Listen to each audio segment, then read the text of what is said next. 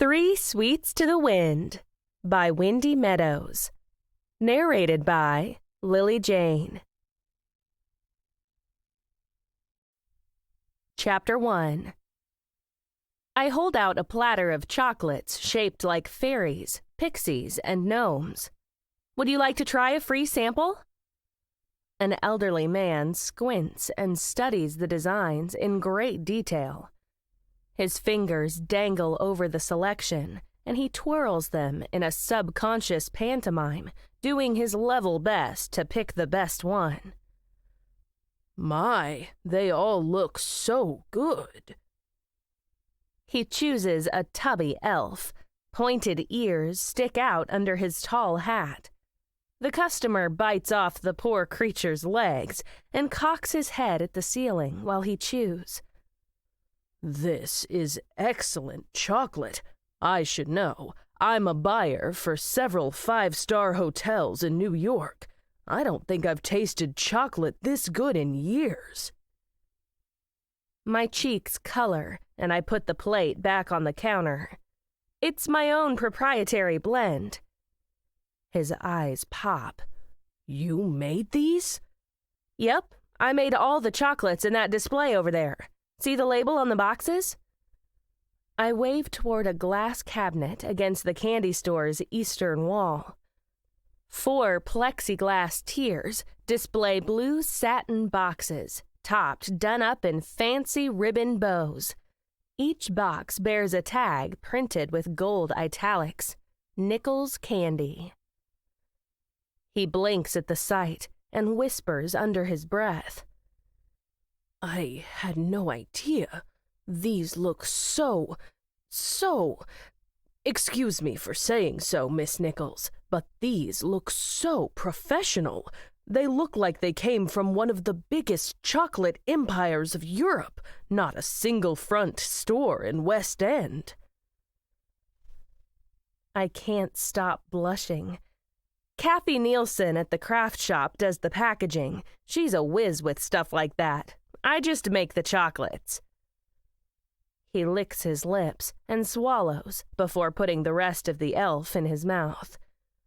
The chocolate caps it all. The packaging only represents the first barrier to entry.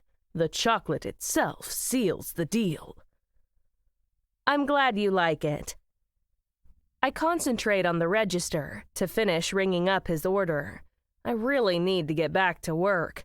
Patty, Zach, and Gilly all work like mad, serving customers crowding the shop. Since the busy summer season hit, the store needs us all working together just to stay ahead of the mobs.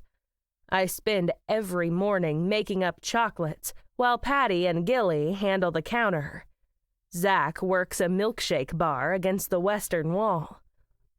A large sign overhead advertises that we use old-time ice cream from the ice cream parlor across the street. Between the chocolate display and the shake bar, that doesn't leave much space for customers. People have to stand in line waiting for a chance to get through the door. The man gets my attention again by handing something across the counter. Take this, Miss Nichols. It's my business card. I'd like to negotiate a supply contract for you. I could arrange for some of the bigger hotels to carry your chocolate. I gape at the card and then at him. The card says his name is Paul Dickerson. Are you serious? Absolutely serious, he replies. I never joke about business. I would love to get you on board with our supply chain. Would you mind if I contact you later this week? Okay, I stammer. He dips a firm nod and smiles before he picks up his candy stash and wanders out. A tall woman in a pink tank top takes his place. I want half a pound of those large Tootsie Rolls. I get caught up in the rush. The constant press of customers doesn't stop until we close the doors at night. When I take the keys to lock up, a bunch of people still block the sidewalk. Hey! a young man complains. "I've been waiting here for an hour and a half." "Sorry," I tell him. "We've been on our feet for over 12 hours, and we're out of ice cream. You'll have to come back first thing tomorrow morning." He sticks his foot against the door frame so I can't shut it. "I can't come back tomorrow morning. I'm leaving to go home to Minnesota on the 8 o'clock bus." I try again to pull the door closed. "Sorry, I wish I could help you, but we're closed." He reluctantly removes his foot. He walks away, still grumbling. My spirit soars with relief. I'm finally going to sit down after working since 7 o'clock this morning. It's after 8 at night now. As I shut the door, David Graham and Ariel Dunroy come hurrying down the street. They approach the candy store, and I open the door to let them in. The young man whips around, bristling. "Hey, you're letting them in and not me?" I slam the door double quick and flip the lock. Ariel passes her knuckles across her forehead. "Phew, that was a close one." "Let's not do that again," I tell her. "You might start a riot out there." David glances around at the store. "I'm guessing you aren't ready to go yet." I cast a rueful grimace at the ice cream stains on the bar and the scuff marks on the floor. "Not by a mile." "Oh well." He pulls me against him. "The good news is, it doesn't get dark until late, so we've got plenty of time. Where is everybody?" "They're in the office." I turn to Ariel. "How's summer vacation going for you, sweetie? Life isn't too boring, I hope." She laughs. "I'm participating in an academic challenge at the Boy Scout camp outside of town. It's an obstacle course that combines academic problems. You overcome one obstacle and run to the next. When you get there, you have to solve the problem before you can move on and tackle the next challenge." "That sounds fun." "It is." Her eyes sparkle. "It's the most fun ever, and I'm making a bunch of new friends. I can't believe I never knew stuff like this existed before. I've had my nose stuck in a book for too long." She races off to the office. A moment later, I hear her joining the conversation between Patty, Gilly, and Zach. I steal a peek up at David. "She's a new child. What did you do to her?" He chuckles under his breath. "I got her out of the classroom. I'm starting to suspect Pauline made her do homework through every vacation." It's wonderful to see Ariel glowing like that. I murmur. This last winter was hard on her. "I know. She needs constant reinforcement that she's still just a kid.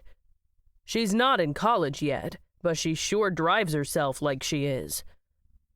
I want her to enjoy herself a little more and get some fresh air and exercise. Not to mention building relationships with other kids," I add. "This camp sounds awesome. Do they take adults?" He laughs out loud. "I wish." Zach interrupts us by hollering from the office. "Cedric Johnson is on the phone, Mom. He wants to know how much ice cream we need for tomorrow. We ran out today. Do you want to increase our order?" I scurry to the office. Ariel perches on the edge of the desk. Zach sits in the big chair, holding his hand over his phone. "Keep the order the same," I tell him. "We ran out today exactly at closing time, and we've never run out before. Leave it the way it is." Zach presses the phone to his ear. "She wants to keep it the same, Cedric." "Thanks. See you tomorrow." He hangs up and leans back. I take the chair next to Patty and groan when I lift my weight off my feet. Is summer over yet? We're just getting started. Zach thumbs through the receipts and stuffs them in a bank bag before dropping it into the floor safe. We broke our profit record again today. It's just as well, I counter. I'm going to need the money to take on another employee when you start business school in the fall. You might need two, Gilly adds. I'm starting my master's program at Wesleyan in the fall, too. I won't be around to help out. I slap my forehead and howl. Oh no! Is everyone deserting me just when I need them the most? Don't worry about it, Patty chimes in. These crowds will die off when the weather turns cold. You won't get anywhere near as many customers. You might be able to get away with running the store on your own again. I scan the faces around me. I don't want to run the store without all of you. It wouldn't be the same. You all make it so enjoyable. I don't want to give that up. Zach snorts. You make it sound like we're dying or something. None of us is leaving, Mom. I'll still be around to help out on the weekends. Gilly will still live at home with her parents and commuting to Hartford. You're going to be seeing enough of all of us to make yourself sick. That could never happen. I touch his hand. I want as much of all of you as I can get. Well, you'll have to do without me and Gilly tonight. He shuts his laptop. We've got a date. I get to my feet along with him. I'm happy for you both, because I've got a date too. Zach gasps, and his head shoots up. You? I don't believe it. Yup. I slip my arm around David. We're going to the beach. Zach carries his laptop to the door. Are you taking Ariel? Of course we're taking Ariel, I retort. What did you think, that we would put her in a footlocker somewhere so we could go to the beach alone? Of course we're taking her. Then it's not a real date, is it? I thought you meant you were going out, just the two of you. It is so a real date, I argue. I can go on a date with David and Ariel together. It's just as much a date if she comes along. Zach shakes his head. I'm not buying it. Next you'll be telling me you're dating Ariel. The whole room erupts in laughter, all except Ariel. She slams her fist into Zach's bicep. Shut up! She is not! I hug Ariel with my other arm. Don't pay any attention to him, sweetie. Come on, we've got a date. The six of us leave by the back door. Zach and Gilly get in Zach's car and head for my house. Patty walks away toward her own house. David, Ariel, and I drive in David's car. We park on the hill overlooking the beach. Ariel sprints onto the sand and leaves us far behind. David and I hold hands, surveying hundreds of holiday goers. They lie, play, walk, and build sandcastles as far as the eye can see. I sigh to myself. Maybe this wasn't such a great idea. Fiddlesticks. He tugs my arm.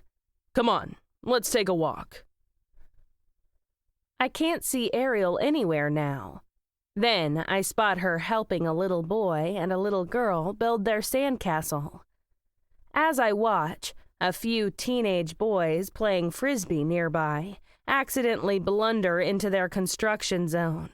One of them smashes it underfoot. Ariel rears back. Watch it! Sorry, he mutters, before going back to his game. David steers me the opposite way. He makes me turn my back on the scene. When I do, I get lost in the dreamy romanticism of the beach. All the people everywhere can't make it any less beautiful. A few yards away, Paul Dickerson passes, going the other direction. He shoots me a significant grin.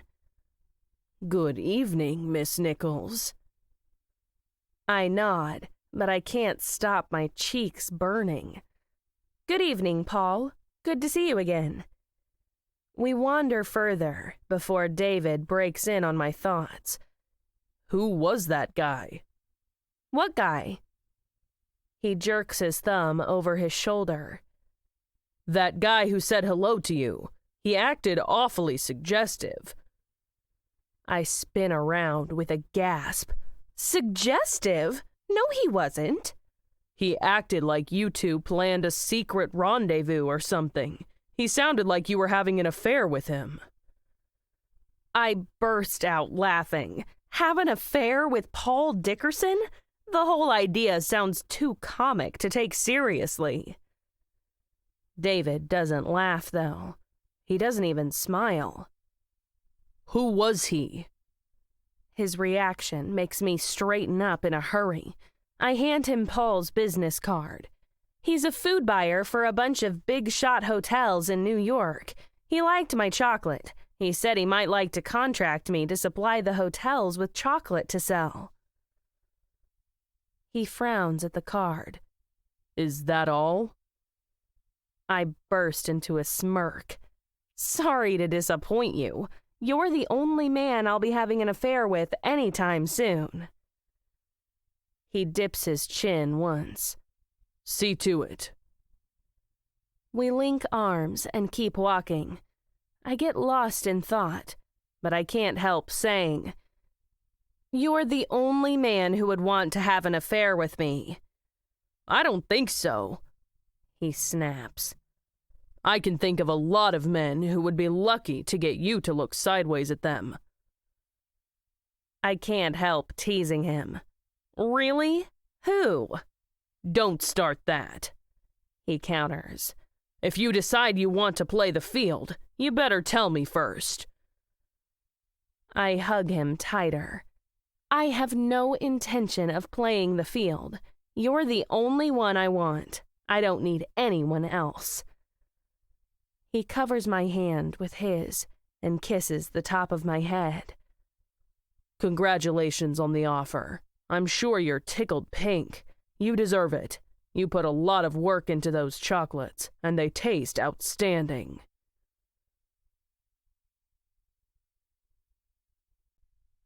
Chapter 2.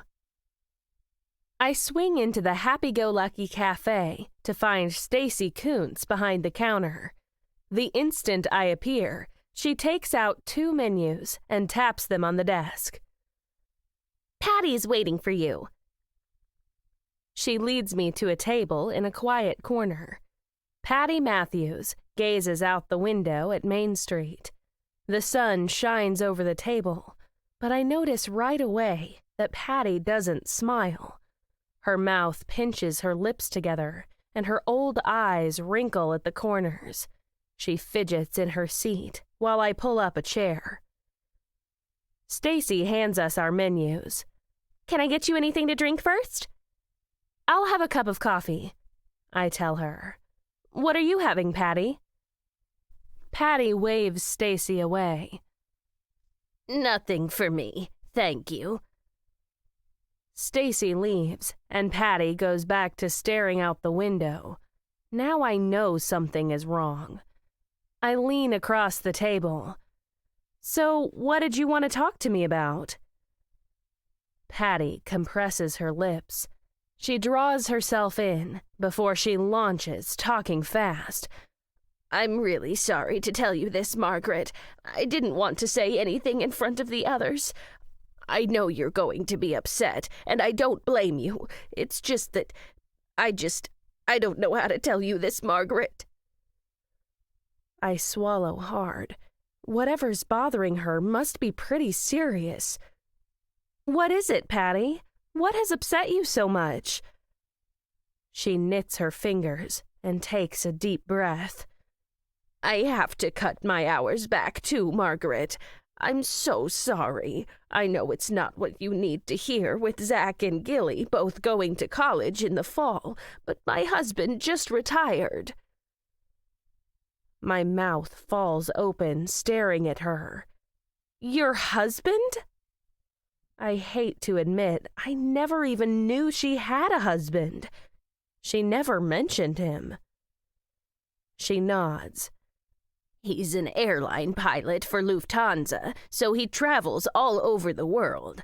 He's almost never home, and now he's finally retiring. We can finally spend some quality time together. I only started working to keep myself occupied. My children are all grown and living in other parts of the eastern seaboard. Sometimes I just couldn't stand the isolation. I needed something to do, but now that he's coming home, I want to be around home more. I hope you understand. I burst out of my trance. Of course I understand. Of course you should spend time with your husband. I understand completely. And you don't mind me cutting back my hours at the candy store? Not at all, I exclaim. You have my full support. I'm so happy for you, Patty. We should celebrate. We should have a party for him or something. Her cheeks flush pink. I don't think I've ever seen her blush before. You don't have to do that. I'm serious, I insist. You've been a mainstay at the candy store ever since we opened our doors. We have to give you a proper send-off. What about a barbecue at the beach? That seems to be what everybody's doing these days. She shrugs and looks down at her hands, but she can't stop beaming. I don't know. Maybe. Great. That settles it. I grab her hands. Thank you for telling me. Her glance darts around the cafe. So, what are you going to do? How are you going to keep running the store with the three of us gone? You can't think of closing, Margaret. That's out of the question. This town needs you. You're a cornerstone of what makes West End what it is. I won't close the store, I reply. I guess I'll just see how things go when the traffic drops off. If I need to hire more employees, I will. How could you afford that? She points out. You won't have all this profit to supplement your income. You might not be able to hire anybody. I pat her arm one more time. You let me worry about that. You live your life. That's the most important thing. Besides, I'm not too concerned about it. Hopefully, this chocolate supply contract will come through, and I won't have to worry about money anymore. The store can just be my little hobby on the side. It will be a social outlet where I can keep in touch with all my friends in West End while I make squillions selling chocolate. I laugh at the notion, but Patty doesn't lose her serious attitude. I don't feel right cutting my hours if it means leaving you in the lurch, Margaret. You've been there for me ever since you first moved to town. I couldn't let you down now.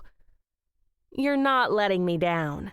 Your life and your happiness are way more important than the store. Anyway, you cutting your hours probably won't affect the store at all. I can still work there, and Zach and Gilly will still be around. Zach can rearrange his classes to give me a break if he needs to. If I'm not worried about it, you shouldn't worry about it either.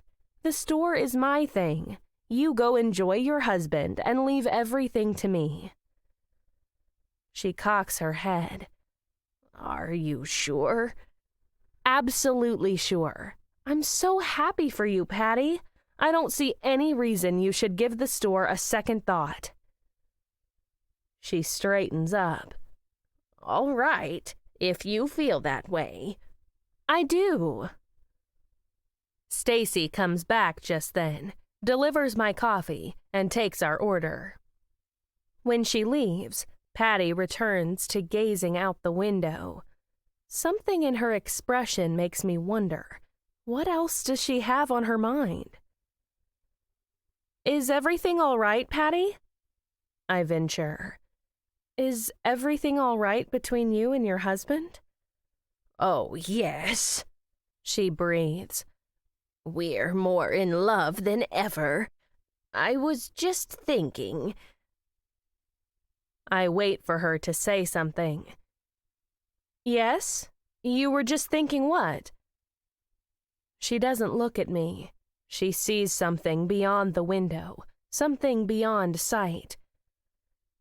I was thinking he's the one person I trust and respect most in the world. Really? That's wonderful. How long have you two been together? Oh! She breaks into a glorious smile. I've never seen her so happy. She loses all sense that I'm present while she drifts into a world of her own. We got together in grammar school. We were best friends. We decided that when we got older, we would get married. Wow. That's the understatement of the century. I hope David and I stay together like that, although it's a little late for us to meet in grammar school. She wakes from her reverie and rounds on me. Now I'm sitting across from the Patty I know and love. That's what comes of trusting someone, but that grows on you with time. Simon and I, we've seen it all. Children, poverty, death. When you go through hard times with someone, you start to understand what they're made of. You understand how they'll react when times get tough again, and you trust that they can handle it. You trust they're strong enough to carry you through, no matter what. I find my gaze drifting toward the window. That's how I feel about David. I trust him completely. I never thought I could feel this way about anybody, but I do. Trust is the foundation of all good relationships. With it, you can stand anything together. Without it, the slightest breeze will topple you. No relationship can stand without it. My eyes snap to her face. I couldn't agree more. Thank you, Patty. I really needed to hear that right now. Stacy delivers our sandwiches. After we eat, Patty and I wander out to Main Street together. We pause on the sidewalk, blinking into the sunshine. She closes her eyes and takes a deep breath. I love summer. I could live in summer for the rest of my life. Maybe now that Simon is coming home, you two could move to Aruba or somewhere like that. You could walk around in a bikini 24 hours a day. She bursts into childlike giggles. Cut it out, Margaret. I could never wear a bikini. I have to smile. So when's Simon coming in? Next week, she replies. I have some jobs to do around the house to get ready. I don't want him to see how much I've let the place slide while he was away. I'm sure that when he hears that you found it difficult to live without him, he'll be ecstatic. She beams at me. Thank you, Margaret. I owe you big time for this. Nonsense, I tell her. I'm paying you back for all the hours you invested in making my store the success it is. I never could have done it without you. Now that we're both expressing how we feel about each other, neither of us can hold back from hugging. I put my arms around her. I appreciate her so much more than I did when I first met her. She's one of the best things that ever happened to me in West End. When I let go, she wipes tears off her face. I better go, or I'll never be able to. Have a good day. I meant what I said about having a party for Simon. She blushes again. I have a feeling she's going to be doing a lot of that in the future. If you insist, you can plan it yourself. I never was much good at that stuff. It's a deal. I'll see you around. We wave to each other. She sets off toward her house, and I saunter back to the candy store, deep in thought. I find Zach and Gilly up to their eyeballs in customers. "What's up, Mom?" Zach asks. "Where's Patty?" "She's not coming back in today," I tell him. "In fact, I'm not sure she'll be coming in much at all anymore. Her husband is retiring from a job overseas. She wants to cut her hours to spend more time with him." "That's wonderful," Gilly exclaims. "I'm so happy for her." "Me too, sweetie," I tell her. "I'm happy for her, but that means more work for the rest of us," Zach points out. "It couldn't come at a worse time for the store." "Her happiness is more important. If we really need to, I'll hire someone else." "We can handle it, Margaret," Gilly chimes in. "The customers can wait a few more minutes for candy. They won't starve in the meantime." I hug her around the shoulders. That's my girl. "You might want to start looking for a new employee now," Zach suggests. "Gilly and I can step up to fill the gap, but we won't be around forever. You might want to start planning ahead, Mom." I might. I go back to work with my head full of all kinds of thoughts. Chapter 3. I hand a paper bag of Reese's Pieces across the counter. A freckled little boy takes it, pours out an enormous pile of quarters and nickels and dimes, and races for the exit. I count the money into the register and heave a sigh before I face the next customer. My legs hurt. After 2 solid months of this heavy traffic, I spend the last hours of every shift counting down the minutes until closing. I don't know how much more of this I can tolerate. Maybe Zach is right, and I should hire new employees now. I'm not going to want to work all day when fall and winter come either. I'm going to want to relax and enjoy my success. I don't have time to think about that right now. A bald man and his lanky wife approach the counter. The woman scans the chocolate display. "These prices are outrageous. I'm not paying that for a box of chocolates." My hackles bristle at this. I know I shouldn't engage, but I can't resist. They're homemade. It's a proprietary recipe of top quality. "And look how much they're charging for those twisted peppermint sticks," the man grouses. "It's criminal." I've heard enough. I rest my weary hands on the counter. "Are you going to buy anything? Because if you're not, there are about 60 people waiting behind you. Either buy something or step aside." The woman makes a face. "I'm not paying these prices. Come on, Templeton." They spin on their heels and march out exactly the way they came in.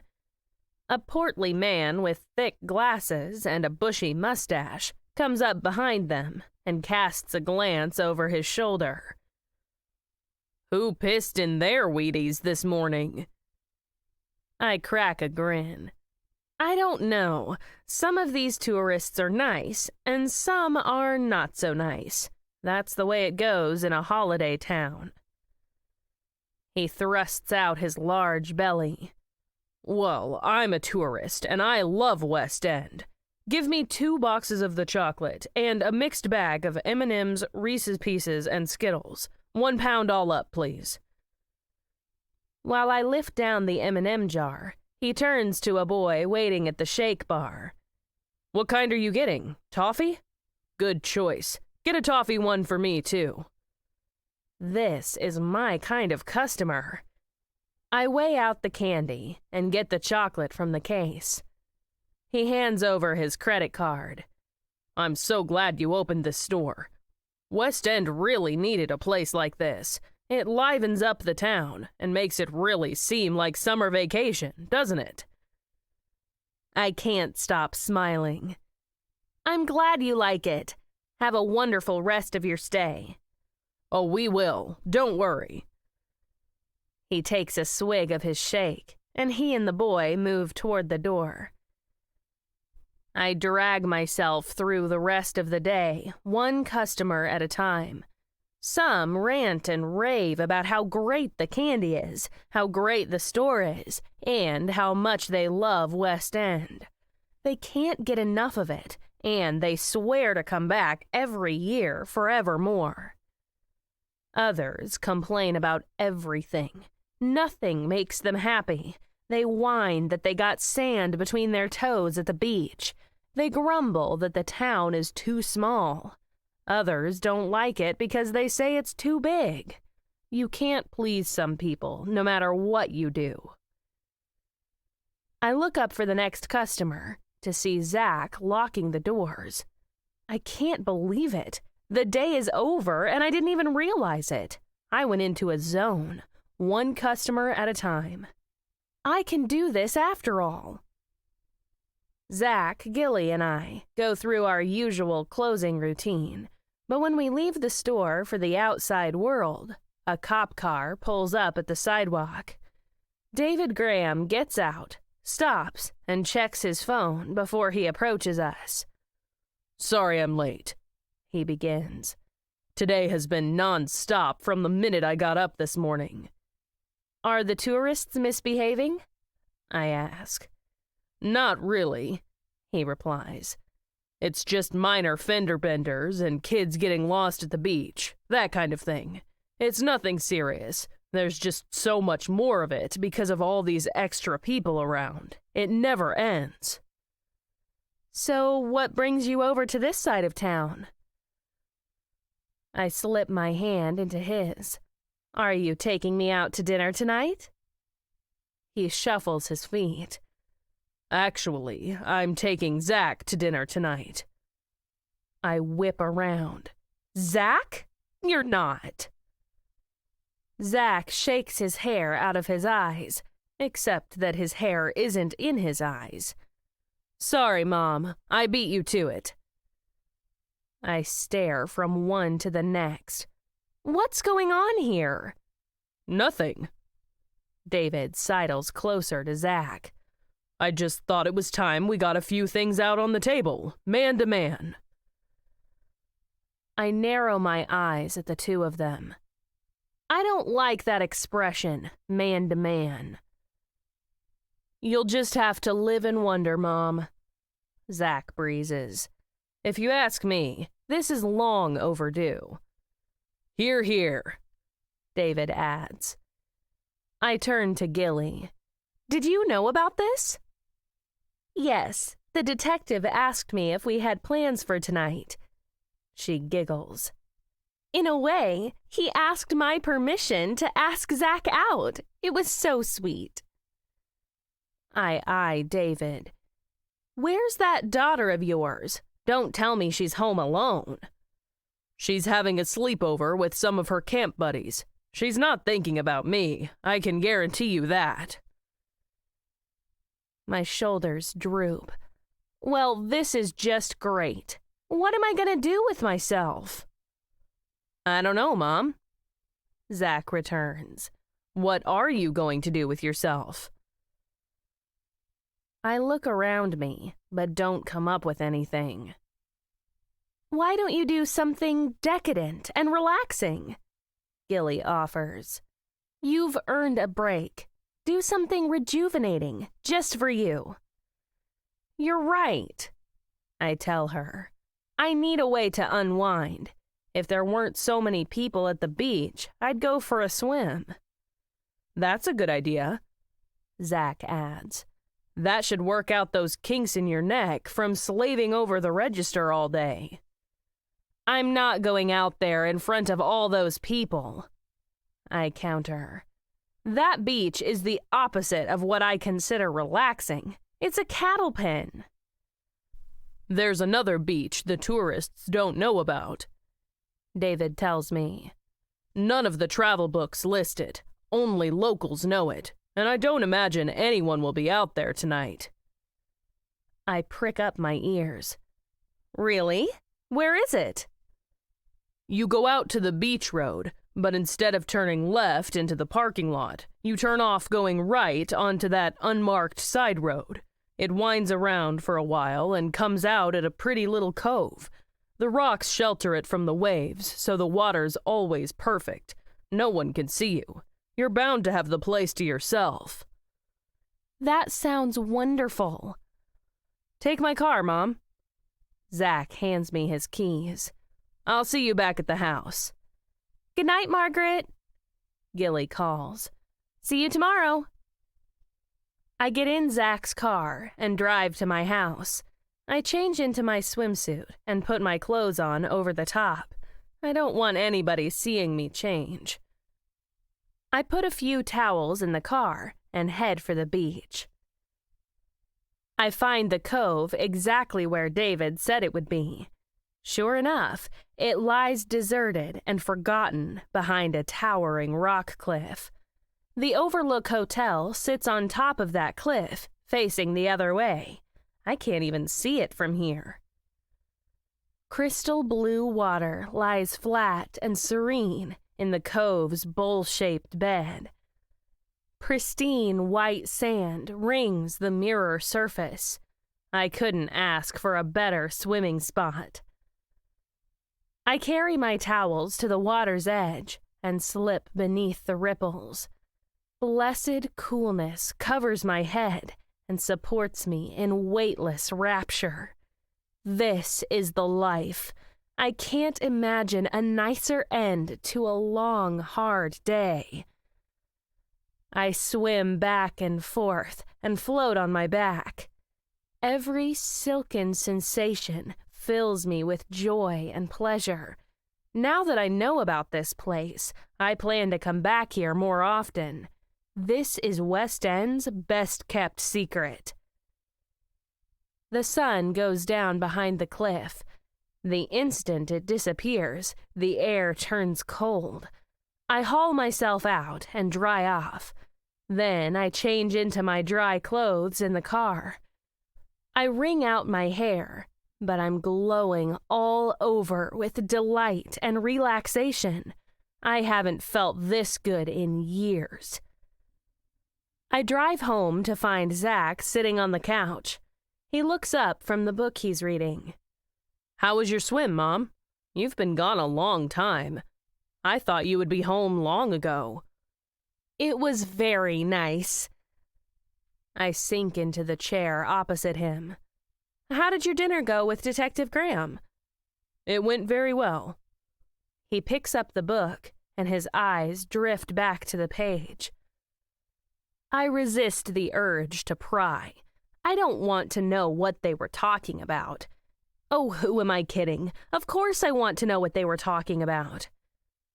So, what did you two talk about? He doesn't take his eyes off the words. Not much. We talked about the future. We talked about Gilly. We talked about me going to college and stuff like that.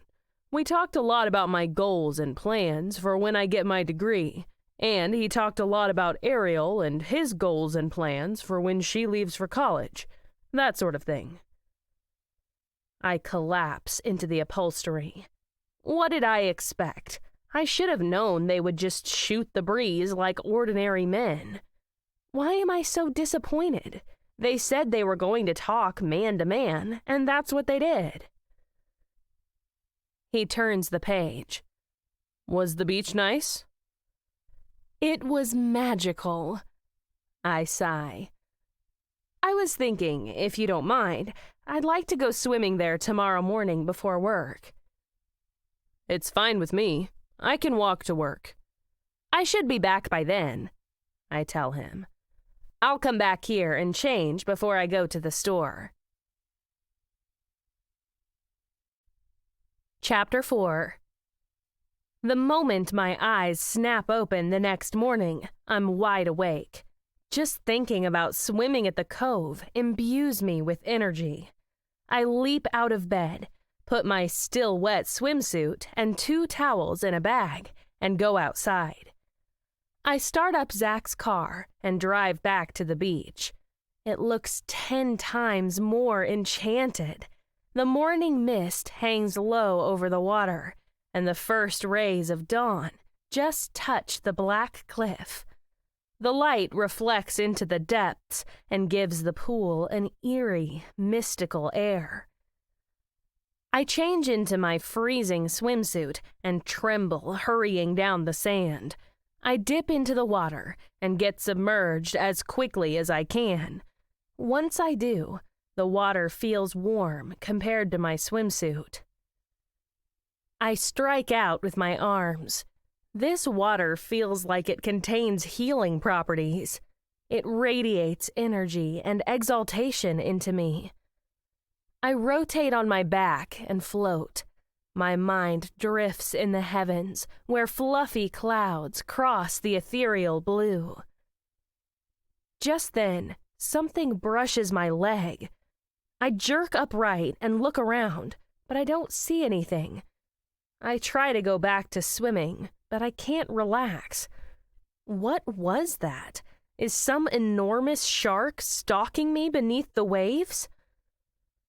I kick out for shore. I make it 10 feet when my foot strikes a large, heavy object. It certainly feels like a shark from here. I leap away in shock. My instincts tell me to get out of that water fast, but I can't move. I can only stare at the menacing blank all around me. I'm up to my neck in it. I can't escape it. Before my eyes, a large shape rises out of the deep.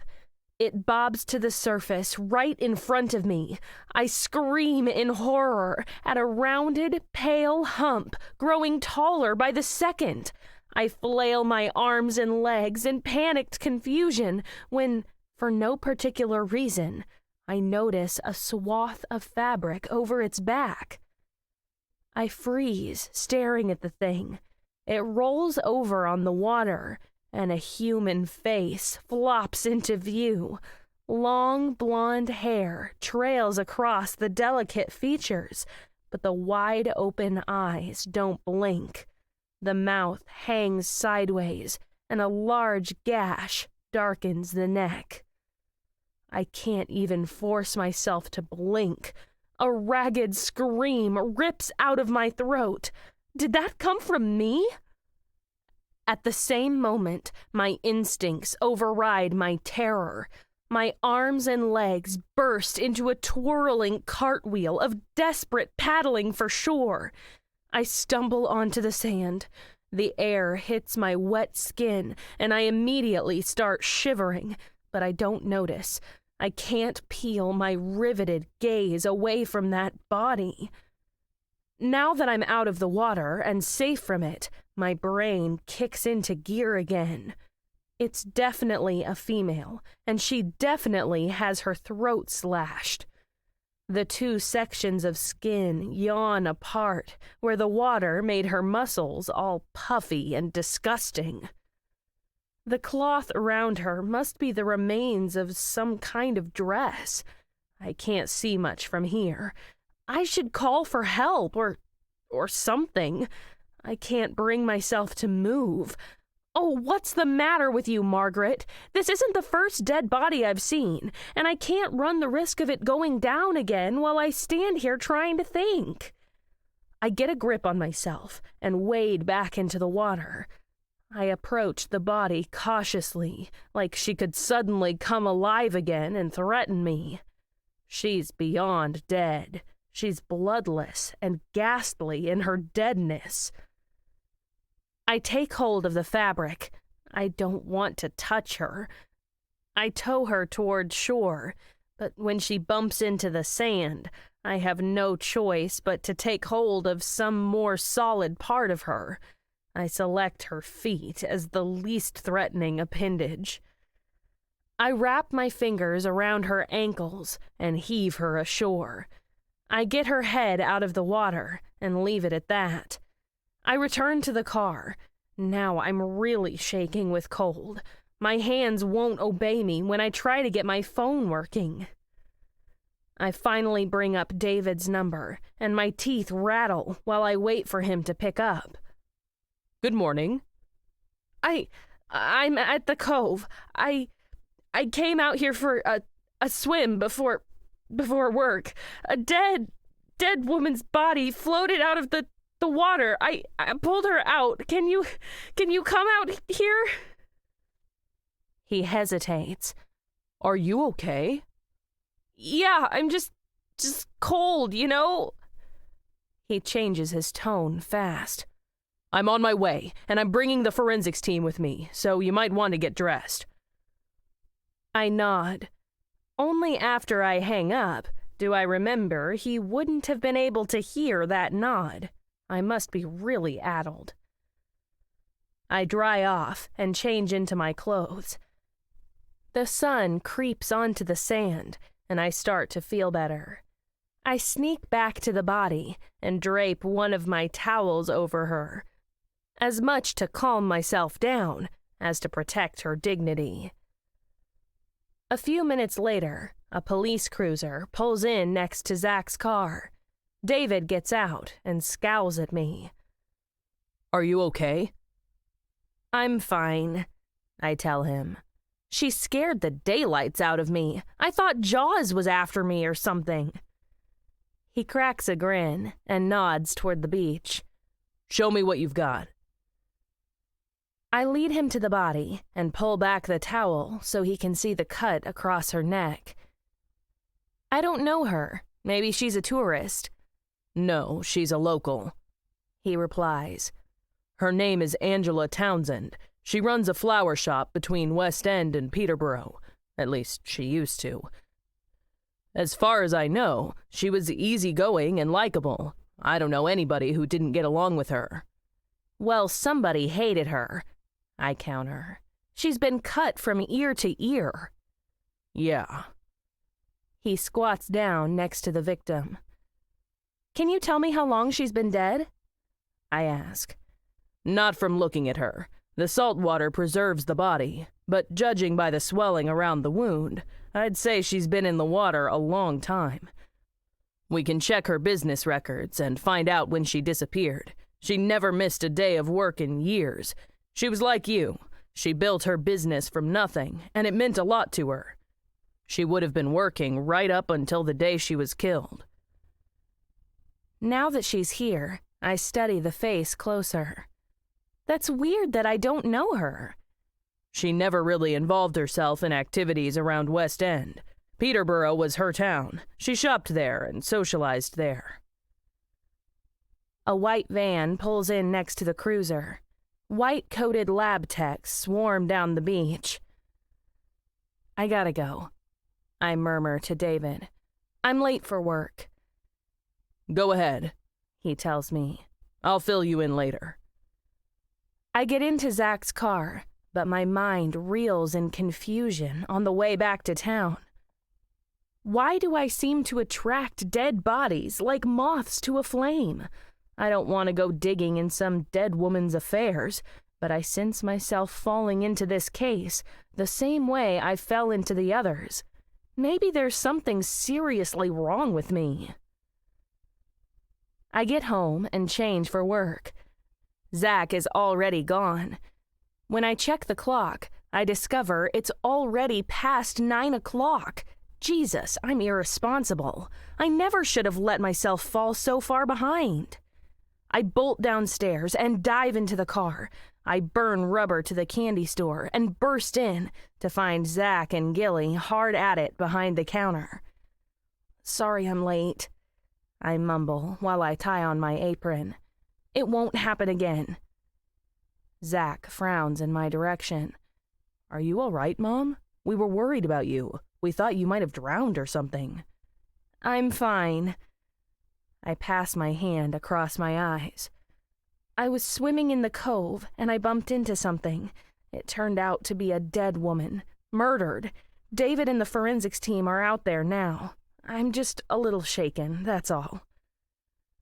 Really? Zach and Gilly exchange glances.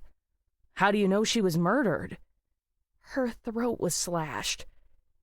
I try to keep my voice low while I continue to serve the customers. David recognized her. She's a local. Who is it? Zach asks. Is it anyone we know? Her name is Angela Townsend. She ran a flower shop west of town near Peterborough. Gilly halts in her tracks and her eyes widen. No, it couldn't be. I'm sorry, sweetie. David knew who he saw. No! Her voice rises to a shriek. Some of the customers stare at her in surprise. I ease up next to her and put my arm around her. Did you know her? She's my... I gotta go. She explodes out of my grasp and starts pawing at her apron strings. I have to go home. I have to tell my parents. Zach sets aside the paper bag he's filling. He approaches her with his arms out. Easy, darling. It's gonna be all right. Come here. What's going on? Angela was... Gilly breaks away. She crashes through the waiting customers for the door.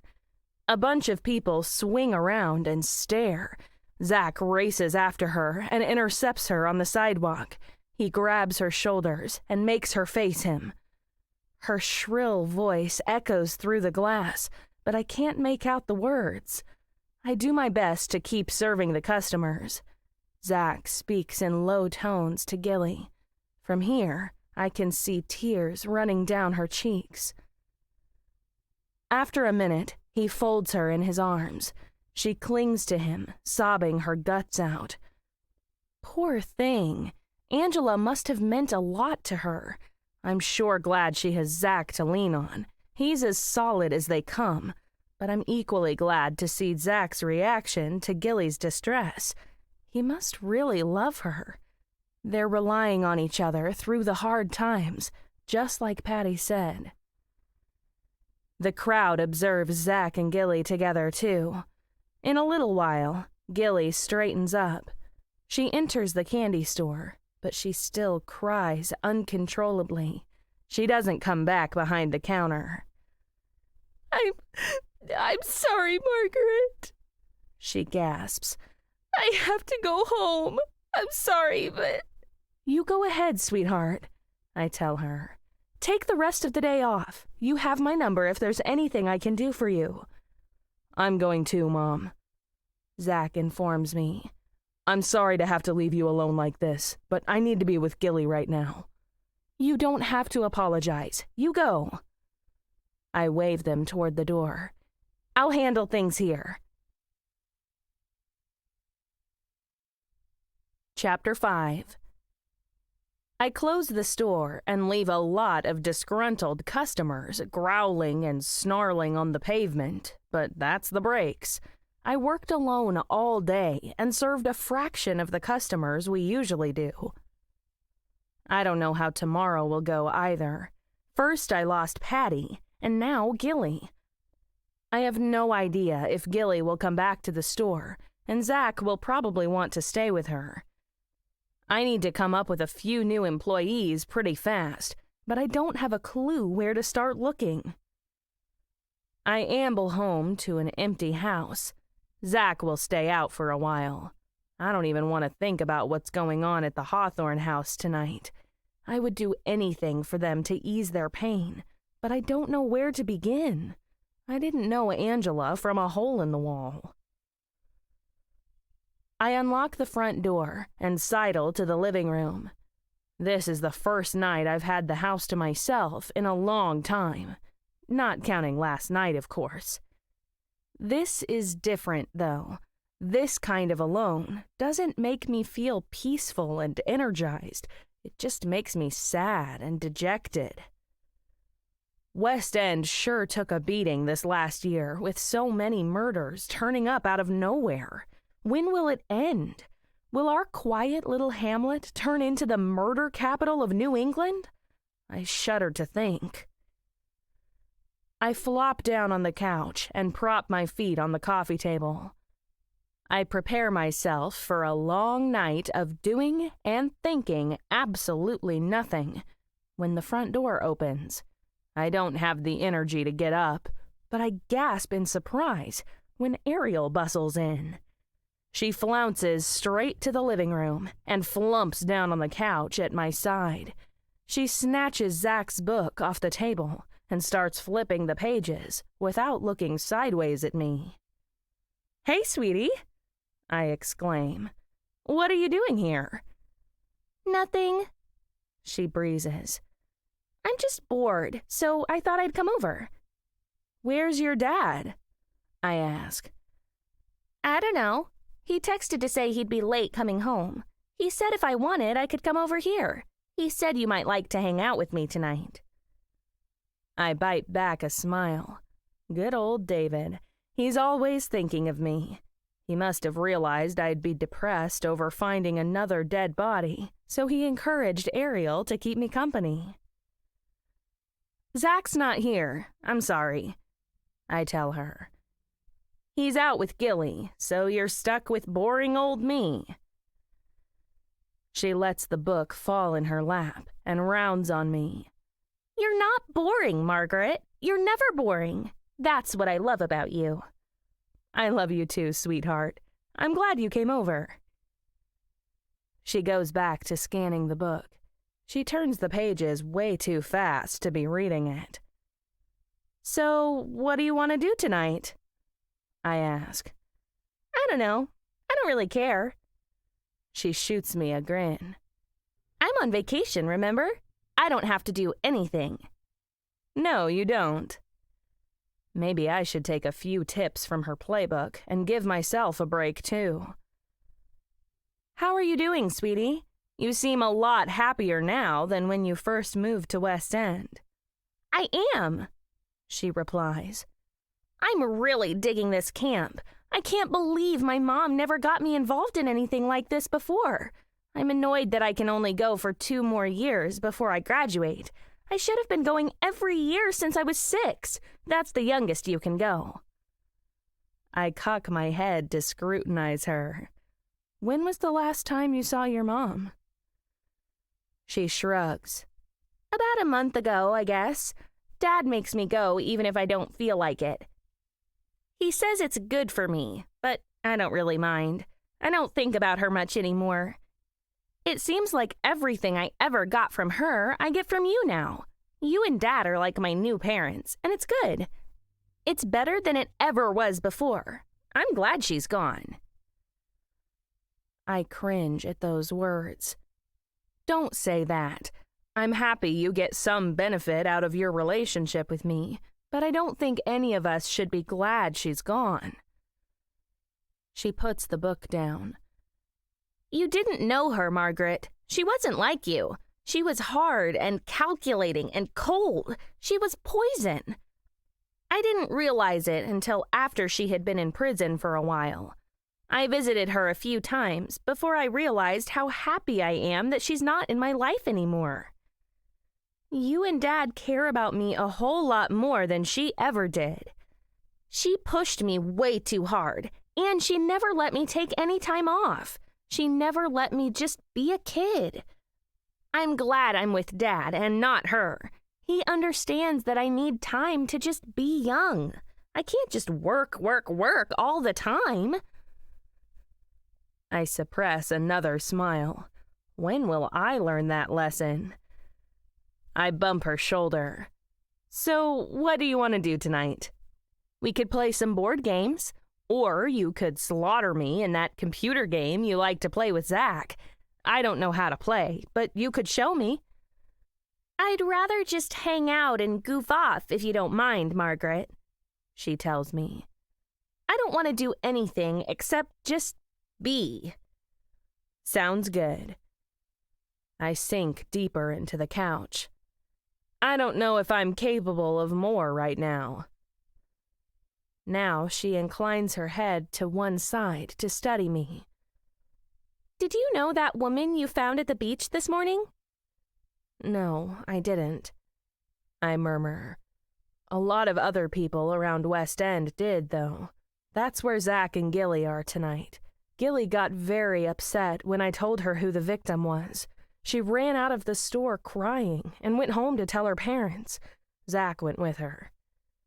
Apparently, a bunch of other locals are upset about it, too, she replies. I passed about 20 people gathered in front of the Happy-Go-Lucky on the way here. Some of them looked pretty upset. I never knew her, but your dad says she was nice. I'm sure you'll find out all about it when you investigate the murder, right, Margaret? I let out another exhausted sigh. I'm sure I will. She shakes her head and smacks her lips. It would be terrible to find someone you knew like that. I mean, someone you were really close to. It would be horrifying to bump into someone you knew in the water like that. It would be like something out of a horror movie. I've found people I knew murdered before, I tell her. I found Mr. Stewart from the dog grooming parlor. That was before you moved to West End. I wasn't really close to him, but I considered him a friend. That was pretty bad. But you're right, having her float up out of the deep was pretty freaky. She turns toward me. Her eyes stare with wide, wondering amazement. All at once, she snorts with laughter. Her reaction makes me see the funny side of the situation, and we both dissolve into giggles. The way I reacted to that woman emerging from the water really was quite hilarious when I think about it. Chapter 6. Zach and I walk to work the next morning, but when we get to the candy store, we find David's cruiser parked out front. He gets out to greet us. "Good morning, early birds." Zach waves me toward the car. "You better go, Mom. Your second job needs you." "Are you sure, sweetheart?" I ask. The store is so busy these days, and with Gilly out, it's going to take both of us working to keep the ship afloat. "Gilly's coming in later," he tells me. "You can go if you want to. I know this is important to you, and you ran the store alone yesterday so I could take care of her. You deserve this. Go on."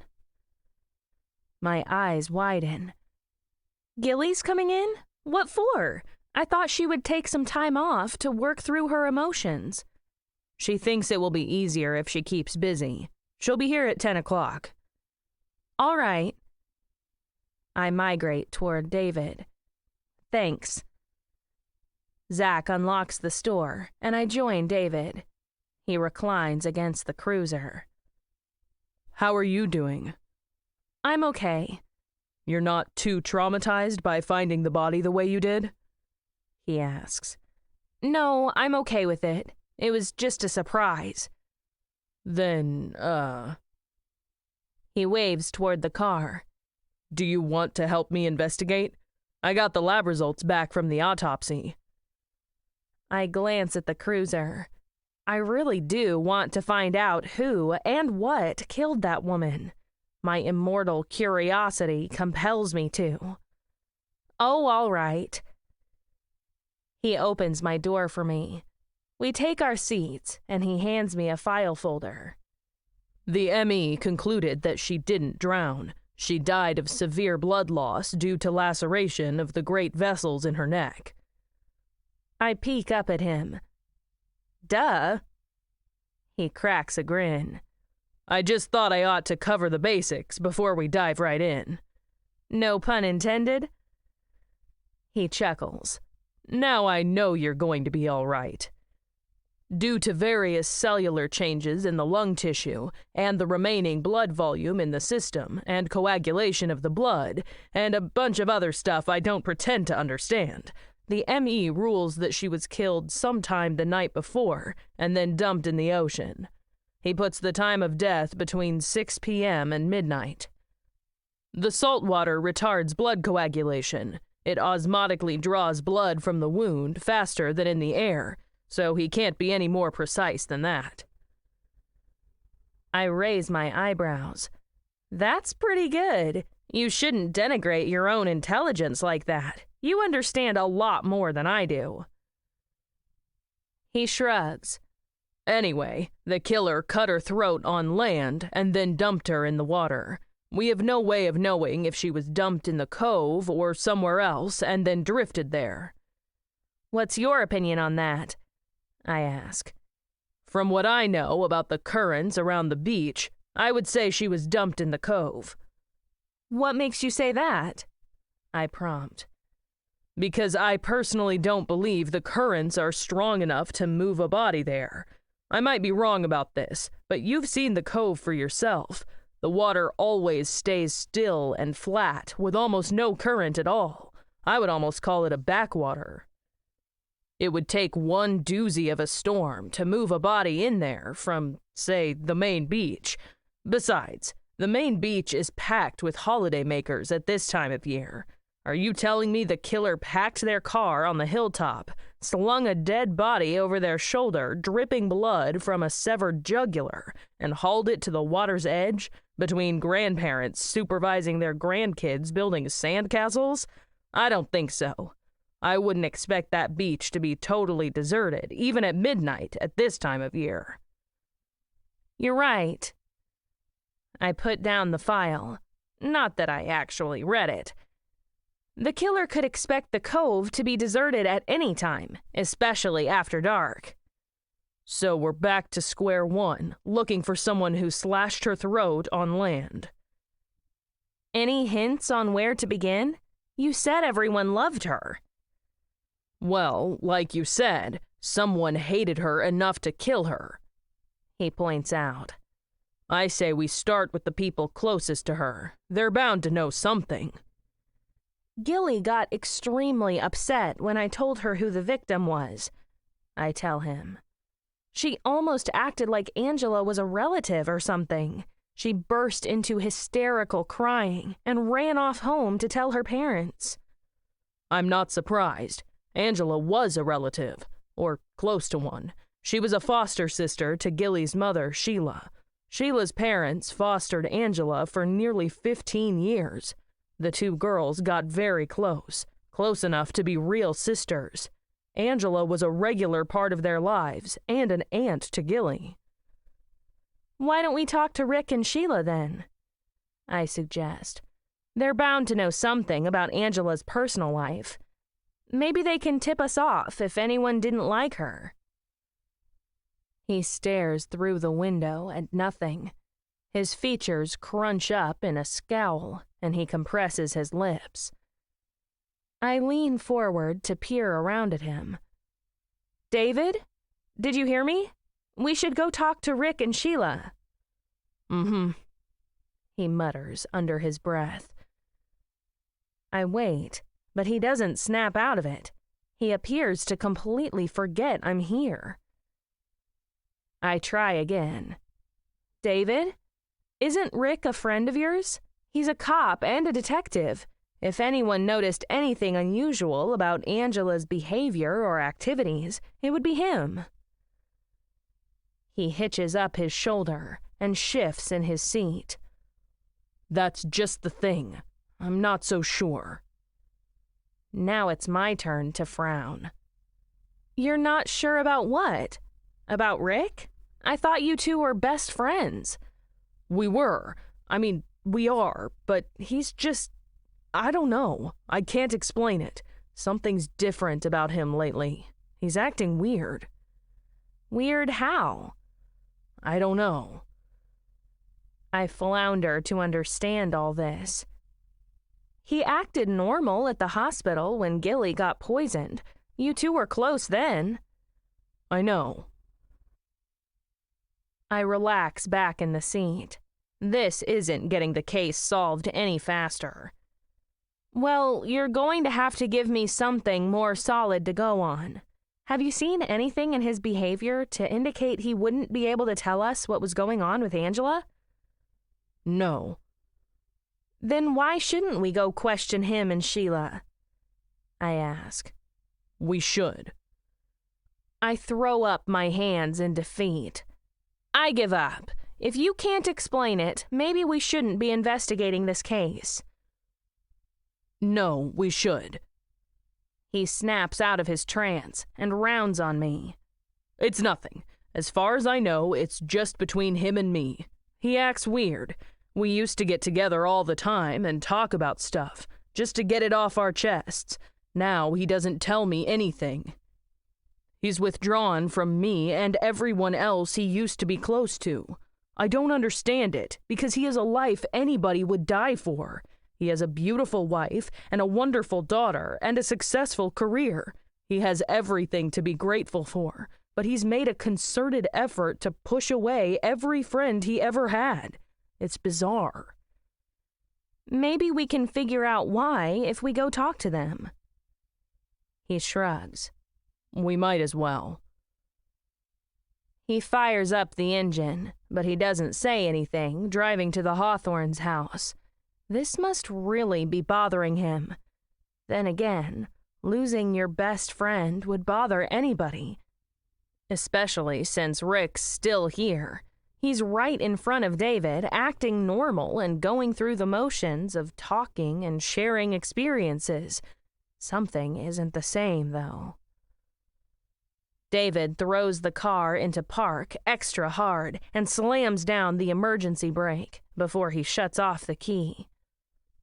I'm glad Gilly isn't here. I wouldn't dream of questioning her parents with her around. I'm glad she's getting out, too.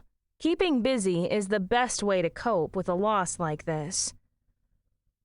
She's lucky to have Zach, he adds. He's a solid young man.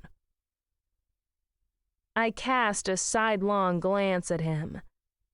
Are you okay? Is there anything you want to tell me? About what?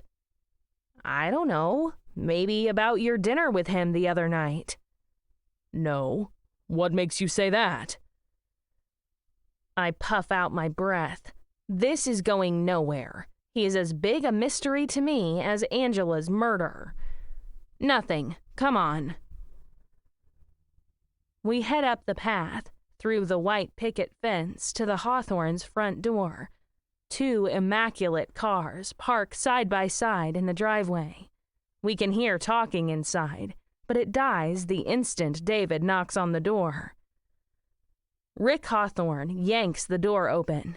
His square shoulders would intimidate anybody, but he relaxes when he sees David and me. Oh, it's you two. Come on in. He leads the way to the living room, where Sheila reclines in an armchair. She dabs her eyes with a handkerchief. I'm so sorry about Angela, I tell her. You two must have been really close. She was just here for dinner on Saturday night. She sniffles. She came over at least twice a week. She was family. I squeeze her hand. This must be so terrible for all 3 of you. You can't imagine what this is doing to Gilly. Sheila whimpers. She was absolutely devastated last night. I don't know how she got out of bed this morning. That son of yours really helped her, Rick chimes in. He was the only one who could talk to her. He pulled her out of it. I blush at the mention of Zach. I'm pleased they have each other. I can tell they really love each other. Who would do this to Angela? Sheila bursts into a fresh flood of tears. She was so generous and kind and outgoing. Maybe you can help us with that, I tell her. Do you know anyone she didn't get along with? Did she have any enemies at all? She didn't have enemies, Sheila replies.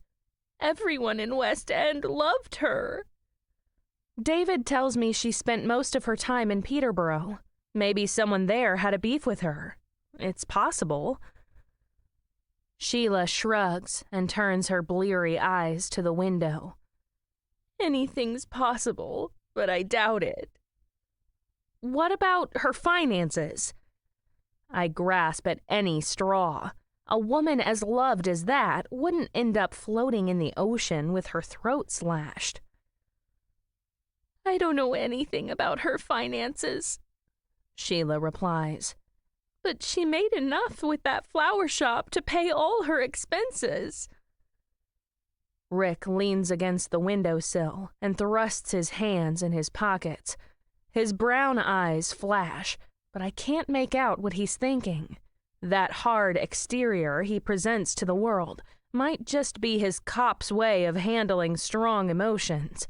I've seen it before in David, and now I recognize it in Rick. I'm sorry we can't be more help to you, he tells us.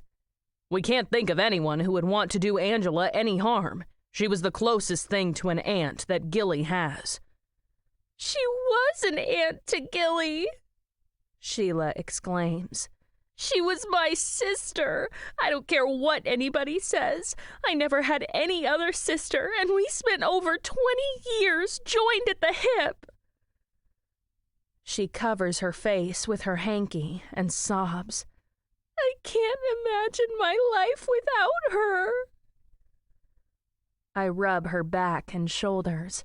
Comforting grieving people never gets any easier. We'll leave you alone now. Let us know if you think of anything that might help with the investigation. Rick conducts us to the door. He and David share a stiff handshake before we leave. That didn't seem like much of an exchange between best friends either. I would have expected them to hug each other, but maybe they don't have that kind of friendship. What do I know? We get back to the car, but David doesn't ask me, as he usually does, what I think about the interview. He just sits there, glaring at the house, until I break the silence. Well? He shakes himself awake. I suggest we go to Peterborough and talk to the woman who owns Angela's business premises. She may know something about Angela's finances that everyone in West End who loved Angela didn't know. He starts the motor without waiting for a reply. The interview with Rick, or should I say the non-interview with Rick, rattled David a lot more than I expected. He didn't say a word during the whole encounter. Rick didn't say much either, now that I think of it. He let Sheila do all the talking. I let the silence fester on the way to Peterborough. This investigation won't go so well if everyone we meet insists Angela was a saint. I don't believe she never got into any conflicts with anyone in her life. That's impossible. Chapter 7. David parks in front of a teetering, dilapidated brownstone. Cracked brickwork mars the walls around the doorframe. Peeling paint leaves swaths of gray and exposed sealant, holding the window glass in place. I gape at the ruin. Is this where she lives? The woman who owns Angela's business premises? David studies the file. This is the address for her place of business. Her name is Leah Hathaway, and she owns over 20 buildings all over town. The IRS lists her net worth in the millions. And she lives here? I shake my head. She must be a real Ebenezer Scrooge. Let's go see. He kicks his door open. The house looms over my head when we stand on the porch and knock. All the windows look in on dim, darkened rooms. This doesn't give me a very prosperous feeling at all. The door cracks an inch, and a disheveled old lady scowls at us. Yes? David flashes his badge. I'm Detective David Graham of the Peterborough Police Department. What do you want? She snaps. I didn't do anything wrong. Angela Townsend was found murdered 2 days ago, he tells her. We need to ask you some questions about your business dealings with her. Leah humps. I don't know any Angela Townsend. I never heard of her. David only smiles. She ran the country flower shop on Hartford Road, east of Peterborough, Miss Hathaway. She was one of your tenants. Oh. She crunches up her mouth again. Now I remember. He squints up at the leaning edifice. Do you mind if we ask you a few questions about her? It won't take long. Fine. She creaks the door wide. Just watch where you step. She storms away and leaves the door standing open. David and I exchange glances. That's never a good sign. We enter, and the powerful stench of urine and pet dander assaults my nose. The house reeks of cat from top to bottom. Sure enough, the minute we walk in, dozens of cats stream around our ankles. They race up and down the corridors, meowing and purring. We follow Leah into a living room cast in gloom. Only a glimmer of light comes through the bay windows. I have to look closely before I realize a thick film of something disgusting blocks out most of the light. Leah sits down on the couch and gets mobbed by cats. They climb into her lap and snuggle up next to her on the seat. When I get close, I see a mat of cat fur blanketing the upholstery. It forms a carpet on every surface and leaves not one spare inch clean to sit. I remain standing. David paces around the room, inspecting everything. A plastic trash can in the corner overflows with empty Fancy Feast tins. 5 cat boxes line the opposite wall. I can't tell from here if they've been cleaned recently, and I don't aim to find out. Leah pushes 2 cats out of the way and rummages in a cardboard file box next to the couch. She pulls out a folder and flips it open on the coffee table. From what I can see, I would be surprised if she moved very far from that spot in the course of 24 hours. Ah, yes, she mutters. Here it is. Country flower shop. Angela Townsend. She was a bad one, I can tell you that. David spins around. What was so bad about her? She didn't pay the rent, Leah barks. I keep all the records right here. She paid half in January and said she would make it up in February. Did she? I ask. Did she make it up? Yes, she made it up in February. Then she played the same trick in May, but when June came around, she didn't pay. I warned her once. She didn't pay until the 17th of July. Now, here comes August, and she still didn't pay. I issued her an official warning letter saying if the rent didn't start coming in on the 1st of every month like it was supposed to, I wouldn't renew her lease. When is the lease due to expire? David asks. October 1st, she replies. That gave her 2 more chances to pay on time. That's enough, considering she yanked my chain for half the year with her pathetic excuses. What excuses did she give? I have it all right here. She draws a single sheet of paper out of her folder. She whines and moans about how her customers don't pay on time, so she doesn't have the funds to pay her rent. She begs and pleads for more time, for me to be patient, all that ridiculous twaddle. I'm a businesswoman. I know how it goes, and I say if someone can't pay the rent, they have no place renting my building. David surveys the room. Uh-huh. I resist the urge to sit down.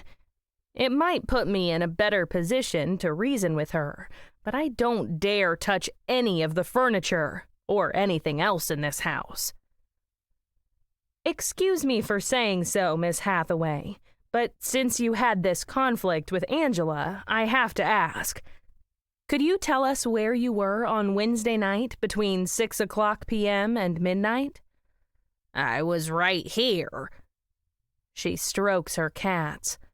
I'm never anywhere else. I don't leave. I'm always here.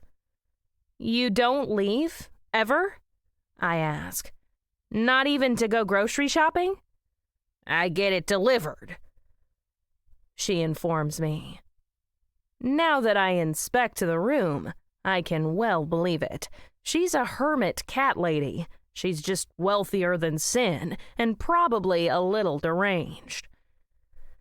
I catch David giving me the "let's get the heck out of here" eye, and I nod. I turn back to Leah. Excuse me, Miss Hathaway, but do you happen to know of anyone else who might have had a problem with Angela? Sure. Lots of people didn't like her. I wasn't the only one. Really? I exclaim. How do you know? They told me. She shuffles in her paperwork some more. Here's one of them. One Kay Sorensen. She worked for Angela for a time. Angela accused her of stealing money from the store and called the police. Apparently, they arrested Kay on the spot and took her to jail. Kay phoned me up wanting me to put up bail to get her out. Of course, I wouldn't do it. I didn't hear anything more about the matter until 2 weeks later when Kay contacted me. She asked for a reference so she could get a new job. Did you give it to her? I ask. Of course not. She fires back. I didn't even know the woman, and what little I did know wasn't good. She got arrested for theft, for Pete's sake. I wouldn't give someone like that a reference if their life depended on it. Anyone else? She consults her records. One Solomon Kilpatrick. He complained about Angela to the Better Business Bureau. What about? I ask. He claims she defrauded him and gave him the wrong arrangement for his wedding anniversary. That's hardly a matter for the Better Business Bureau, I remark. All she had to do was offer to correct her mistake. She did, Leah tells me. She even gave it to him for free. That may be one of the customers she claims made her fall behind on the rent, but that's neither here nor there. He complained about her, and he even threatened to take her to small claims court. What for? I ask. If she corrected the order and didn't charge him for it, what claim could he hope to make? Pain and suffering. Leah scrutinizes her papers. He claims mental anguish, harassment, and punitive damages. That's ridiculous, I huff. It's a hollow threat. You asked if anyone had a problem with her, and he obviously did. You can take it up with him. Right. I head for the door. Thank you for your time, Miss Hathaway. David veers in. He leans over the old lady and hands her his business card. Thank you for your time, Miss Hathaway, but I'm afraid you're a suspect in Angela's murder investigation.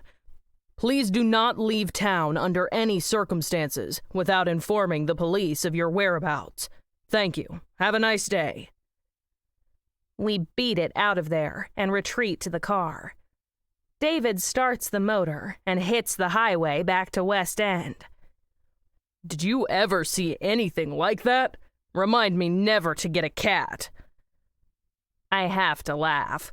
She did seem to take the whole concept of pet ownership to an unreasonable extreme.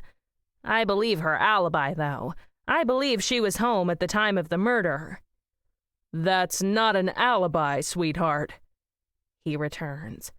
An alibi is something that confirms a suspect's location at the time of the crime. It exonerates the suspect. She doesn't have an alibi. What she has is a story that no other living human being can confirm. But, to be fair, I believe it too. No way did she put Angela's dead and bleeding body in her car, drive it to the West End Cove, and dump her in the ocean. I don't believe Leah left her house under any circumstances. You said only locals know about the cove, I point out. Exactly. Either the killer is a West End local, or Angela took the killer there, where they killed her. I shiver. I don't want to think about it. One thing we know now, he goes on. Angela's finances weren't as solid as Sheila thinks they were. She must have been struggling if she fell that far behind on the rent for so many months in a row. A single incident like Kay stealing from her or giving Mr. Kilpatrick a free arrangement shouldn't affect her business that much. Maybe she just never got that much business in the first place, he points out. Maybe she never had that many customers. How do you explain Sheila thinking she was succeeding then? I ask. Maybe she kept up the facade, he suggests. Maybe she lived beyond her means. Maybe she milked her credit cards to the max, hoping the business would come around. How should I know? She could have had any number of reasons. So what do you want to do next? Do you want to interview the other two suspects? Not yet. He turns into the town. I want to go back to the station and do some digging first. I want to look up this Solomon Kilpatrick's complaint against Angela and get all the details. Then I'll take a look at Angela's business records and her schedule. That will tell me the last time she worked. What about Kay? I ask. If she stole from Angela once, she may have done it before. She's probably got a record, which could tell us a lot. Like what? I ask. It could tell us if she has a history of violent behavior. She might have been charged with assault or something worse. He parks in front of the candy store. Are you going to be okay? I pivot in my seat to face him. I should ask you the same thing. I had no idea the situation with Rick bothered you so much. I didn't even know there was a situation with Rick. There is no situation with Rick, he shoots back. It's nothing. I wag my finger at him. I've known you long enough to recognize when something's bothering you, David Graham. Maybe you're not as close to Rick as you used to be, but it's definitely not nothing. Have you tried to talk to him about it? Does he know he's throwing away your friendship with his behavior? He faces front. That's just the thing. I did try to talk to him about it, and he knows what he's doing. He says he's just doing what he has to do, and he refuses to explain himself further. I don't get it. I shared everything with that guy, and he shared everything with me. We confided in each other for years, decades even. I talked to him almost every day when him and Sheila were going through their infertility struggle. It ended when they adopted Gilly, but it was touch and go there for a while. He told me things he never told anyone before. He told me things he would never repeat to a living soul. He cried on my shoulder, for Christ's sake. There was nothing he wouldn't tell me. That's gotta be hard. It must hurt that he won't confide in you now. We were like brothers to each other. His voice cracks with strain. We knew everything, the good, the bad, and the ugly. If something is bothering him that much, I want to know about it. Did you tell him that? I ask. Of course I told him, he cries. I begged him to tell me, but he wouldn't. He said he couldn't. He said there were things he couldn't even tell me. That was the last time we talked about it. When was that? I don't know. Maybe a year ago now. It's just been freaking weird since. I never know how to act around him. I get the feeling he wishes we were never friends. I don't like going around him. I wish I didn't have to bump into him at work. It makes me sick just to look at him. I slide my hand across the seat. That's gotta be tough. I'm sorry. He crushes my hand in his powerful grip. I'm glad I have you. You've made this year tolerable. I don't know how I could have dealt with everything without you. I press his hand between both of mine. I'm glad I could do you some good. Let me know if you want to talk some more. I'll always be here. I know you will. He kisses my knuckles. Thank you. Chapter 8. The usual line of customers shuffles on the sidewalk, waiting to get inside the candy store. I push my way in and take my position behind the counter. Zach works the shake bar while Gilly holds down the register. Now I feel really guilty for spending the morning with David. I tie on my apron and whisper to Gilly before approaching the customers. Are you okay, sweetie? She nods, but when I catch a glimpse of her face, I can see she isn't. Her mouth turns down at the corners, and her eyes don't reveal their usual sparkle. She keeps her features dead flat, with no expression at all. She looks so abjectly miserable, I can hardly bear to look at her. I want her to leave, but she only lowers her head and soldiers on. She fills bags with candy and takes money and runs credit cards through the machine. She speaks to the customers in a robotic monotone that hides a mountain of grief behind an impervious barricade. I dig in my heels and start serving customers as fast as I can. I get distracted by the work. A few times during the day, I hear Gilly sniff between customers. Other than that, she just keeps on trucking. When we lock up for the day, Zach takes the receipts to the office. I seize the opportunity to talk to Gilly alone. I'm worried about you, sweetheart. Don't you think you should take some time off work? Zach and I can handle the store. She throws back her head. For the first time, she lets her anguish crack the surface, and her mouth distorts into a ragged line. I want you to take time off work, Margaret. I want you to find out who did this to Angela. Working helps me. Zach and I can handle things here. I want you to concentrate on the case. I want to know who did this to her. I can't rest until I get some answers. I put my arm around her. Okay, sweetie, I'll do it for you. But if you decide you can't work anymore, you tell me. I don't want you driving yourself so hard when you need to take care of yourself. Working is taking care of myself, she tells me. I need to stay around Zach and other people. This is the best thing for me right now. Okay, I trust you. Zach comes out of the back and sees us together. Are you two ready to go? I'm ready, I reply. Gilly nods, and we all three walk back to the western neighborhood. When we get to my house, Gilly turns into the yard with us. Gilly's spending the night, Mom, Zach informs me. I brighten up. Okay, sweetheart, that's good. Zach cocks his head. You don't mind? Why should I mind? I ask. She's spent the night before. This is different. I study the pair for a second. He's right. This is different. They are different. Something happened to them when Angela died. They go everywhere together. They're a lot more serious together than they were before, and Zach is exponentially more protective of her. I confront both of them.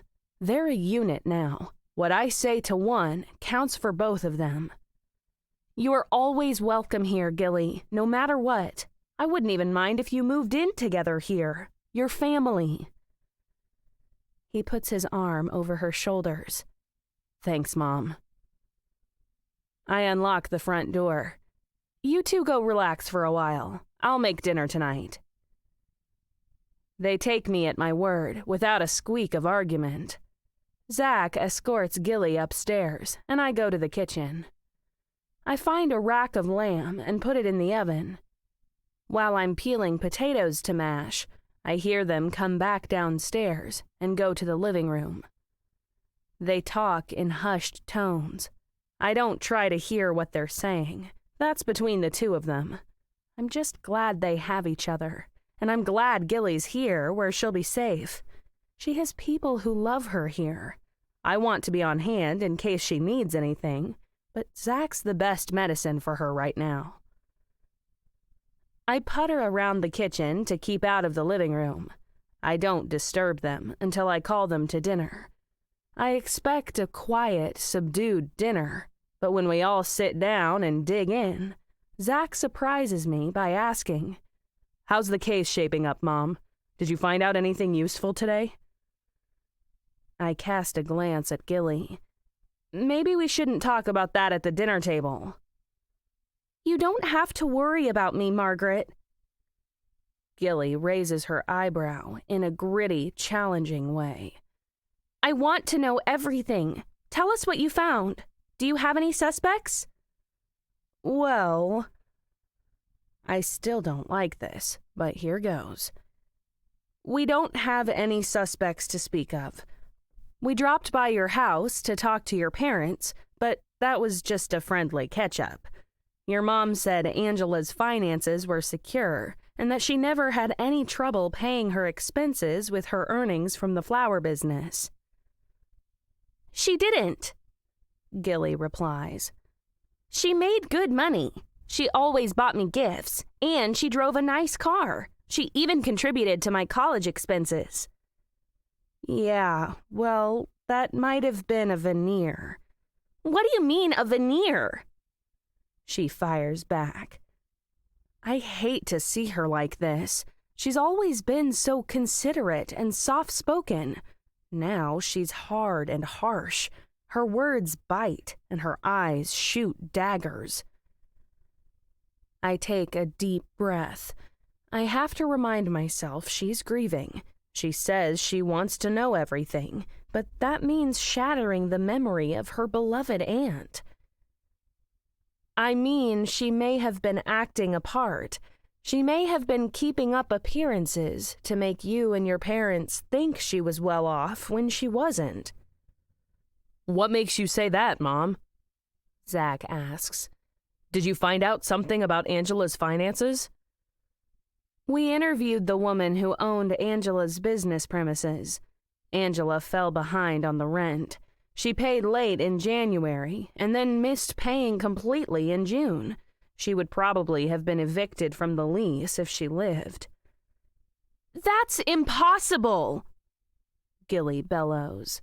She did not have financial troubles. She was rich. She even bought me a whole new wardrobe when I went away to college last year. It cost over $3,000. Did she put it on her credit card? I shouldn't have said that. I should have kept my mouth shut. When Gilly stares at me with her mouth open, I cringe again. I don't want to ruin her cherished image of her aunt. I change my strategy. I extend my hand across the table. I'm sorry, sweetheart. I knew I shouldn't talk to you about this case. Let's just forget it and talk about something else.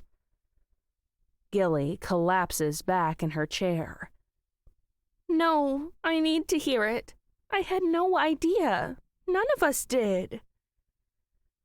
It seems there may have been a lot of things about her that nobody knew. This case is just getting started, but we have to dig up every dirty little secret she had. Everyone you knew loved her, but someone hated her enough to kill her. That's saying a lot. Zach looks back and forth between me and Gilly to gauge her reaction. but I can see in his eyes that he approves of me saying these things.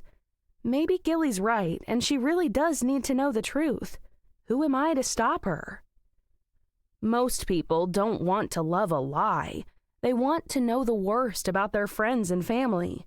They would rather know the truth, no matter how ugly it is, than to believe something that isn't true, even if it's wonderful. When Gilly speaks again, she rasps a hoarse, croaking noise in her throat. She blinks down at her plate and refuses to look at me. What else? What else did you find out? I gather my resolve to forge ahead. A few people had issues with her. One of her employees got caught stealing from the store and got arrested. A customer filed a complaint with the Better Business Bureau. He had a problem with an arrangement with her, but I don't think the complaint holds any water. Either way, not everyone loved her as much as you did. We just have to narrow down who had a motive to kill her. Do any of the suspects have a motive? Zach asks. You haven't mentioned one. We just don't know, I reply. The case is still new. Detective Graham is looking into your aunt's business records and the ex-employee's criminal background. These things take time. Gilly's eyes snap to my face. The black cloud darkening her features makes my hair stand on end. Her mouth hardens into a cruel line of grim determination. Don't stop investigating, Margaret. I'll keep working at the store so you can concentrate on this case. I don't care what it takes. I want you to keep investigating until you find out who did this. All right, sweetie. I really wish I could touch her hand right now, but something tells me not to go near her. She's dangerous like this.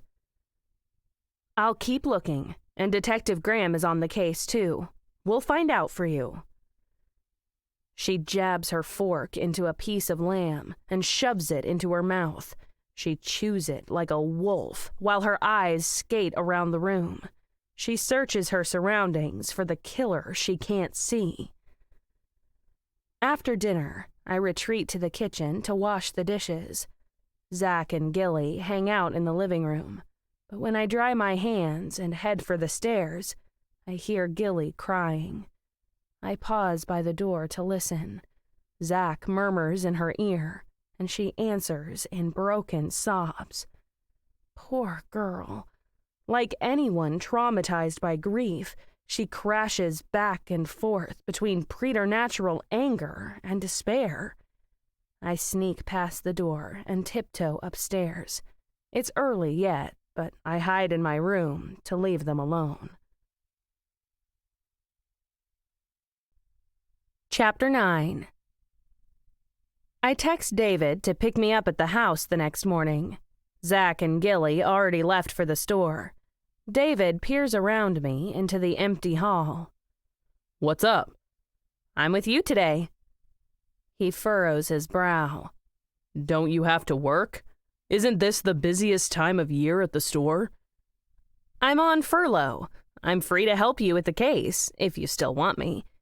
I always want you, he replies. But on whose authority are you on furlough? I hope you don't think you're going to use this case to shirk. I'm on furlough on Gilly's authority, I tell him. I'm under her strict orders to keep working the case until I find out who killed Angela. She's distraught, and she needs answers. She told me she doesn't care about working the store. It helps her to stay busy and to keep near Zach. She wants me to go with you so we find out who did this. He sighs. All right, if that's the way she feels, I guess I have no choice but to go along with it. I shut the front door behind me. What did you find out about Angela's finances? She was, in fact, under the water, which makes no sense at all, because the Hawthorns are right that she made plenty of money. She made enough money to buy a new car and to help Gilly with her college expenses. She even hired Kay to cover the store so she could take a trip to Jamaica last year. So why was she behind on her rent? He seats me in the car and hands me the case file to read while he drives. She withdrew several large deposits in cash, 1 per month for the last year. They tapped her bank account and drained her profits. How much are we talking about? $40,000 each month, he tells me. Her records show she made on the order of $30,000 a month last year and $20,000 to $22,000 the previous year.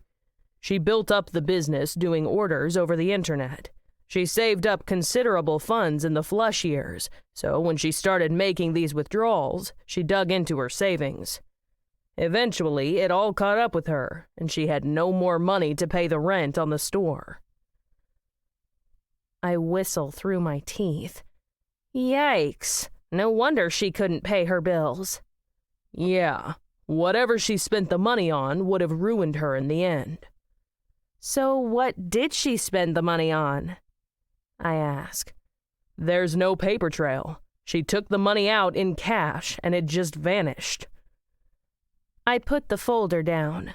I don't want to look at it. I gaze out the window at nothing. It could have been drugs. Or gambling, he suggests. Or fraud, I counter. She could have gotten swindled by someone she met online. If it was going on for that long, someone must really have gotten their hooks into her. If she sent the money over the internet, it would have left a trace. All bank transactions leave a trail. That also cuts out the possibility that she sent the money overseas or siphoned it into an offshore bank account. She withdrew the money from the Peterborough Bank branch ATM, and it never left the area. She could have mailed it through the postal service. I'm grasping at any straw now. The postal service uses scanners on all the mail to detect money. Currency carries radio frequency markers and embedded microscopic tracers that show up under the scanners. We're talking about $40,000 a month in cash. No way could she send that kind of money without it turning up somewhere. Then what do you think she did with it? I ask. I have no idea, but I'm hoping one of our other suspects can shed some light on it. He parks the car. This is Kay Sorensen's house. She's the former employee charged with theft. Does she have a record? None before the arrest at Country Flower Shop. He opens his door. Let's go see what she has to say for herself. We approach a neat little cottage tucked into the trees. A shiny convertible coupe occupies pride of place in the driveway. It glistens in the sun, and it still wears its dealer plates, so that means it's new. An equally neat neighborhood gives the impression no one in any of these houses ever does anything illegal. The grass wouldn't dare raise its head above the curb.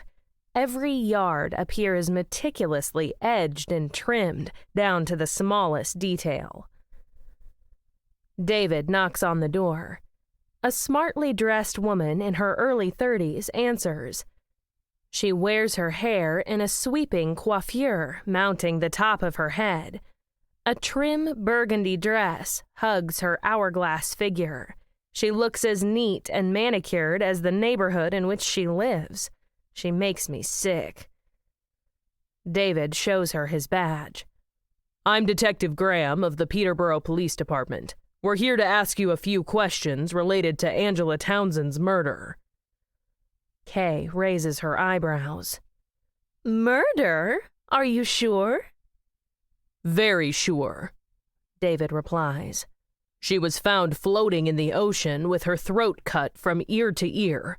She's dead, and someone killed her. Do you mind if we come in? Kay stands aside and leads us into the cottage. Every stick of furniture screams expensive. Tapestries and wall hangings, antique vases, and decorative statuary assault the eye from every corner. This might be a cottage, but the interior reminds me of a castle. David sweeps his flinty gaze around and takes in everything. He doesn't miss a single item. We understand you had an unpleasant experience working at the country flower shop. He begins. Can you tell us what happened?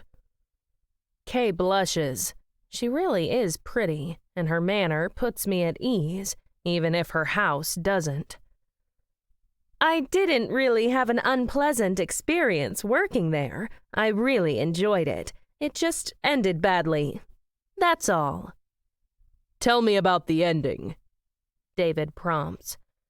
It ended with you getting hauled off to jail for theft. She shrugs and waves her hand. It was really just a misunderstanding. I didn't really steal. The charges were no misunderstanding, he counters. You were arrested, charged, and later convicted of theft. The security cameras caught you pinching $100 from the till. That's why Angela called the police. They checked the footage. They couldn't have arrested you without that incontrovertible proof. Kay shines back to him, the same disarming smile. That's all in the past. I put it behind me. I let bygones be bygones. I didn't hold it against Angela. She was just trying to run a business. Did you get another job after that? I ask.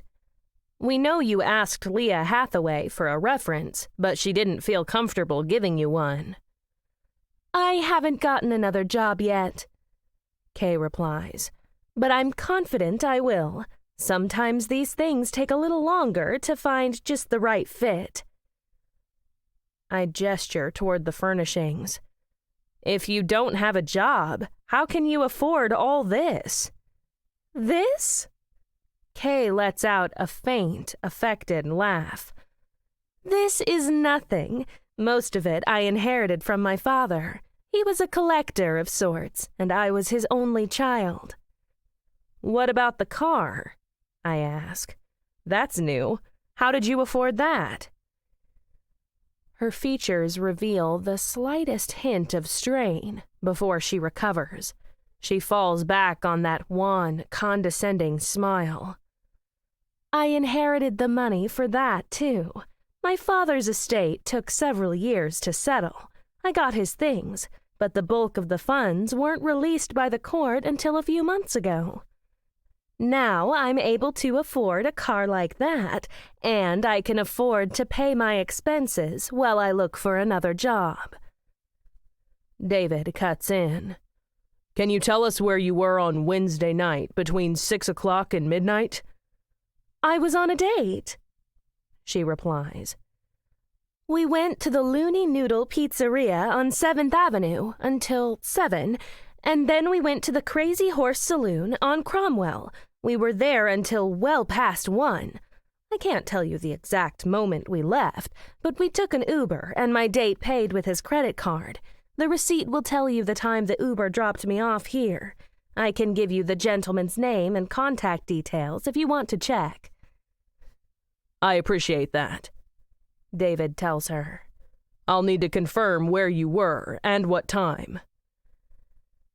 Kay lowers her head and closes her eyes. I completely understand, Detective. You have my full cooperation.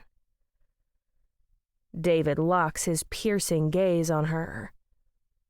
So is it your contention that you had nothing at all to do with Angela's death? Nothing at all. She gives another grand wave of her hand.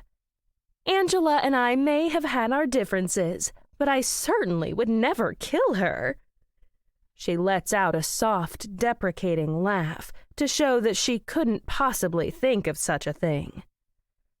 David nods and hands her his card. Thank you for your cooperation. Until I confirm your alibi with your gentleman friend, you're a suspect in a murder investigation. I have to ask you not to leave town without informing the police of your whereabouts. Do I make myself understood?" She doesn't bat an eyelash. "Unequivocally, Detective. You can rely on my complete cooperation." He dips a clipped nod, and we leave. "Now that's what I call an alibi," he tells me in the car. "Do you believe her?" I asked. She seemed about as fake as the day is long. "I agree that her manner rubs me the wrong way. It's the solid confirmation of her whereabouts that interests me. So long as she's telling the truth about being on a date, there's no way she could have killed Angela." "What if she and her date killed Angela?" I suggest. "That's a possibility, but if the pizzeria, the bar, and the Uber all confirm her story, it seems unlikely to be the case." I wilt. "Way to pop my balloon." He chuckles.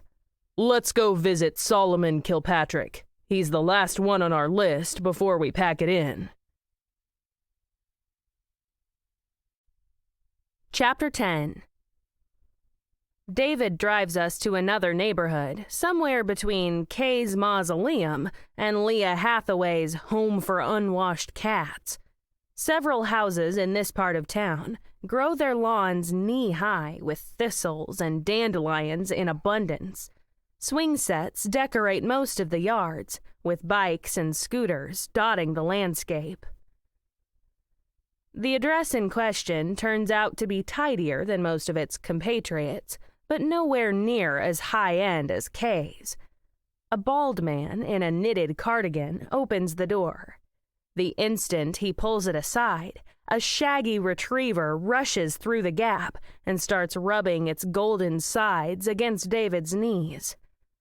The dog arches back its head, lolls its tongue out the side of its mouth, and grins up at David while it pants to get his attention.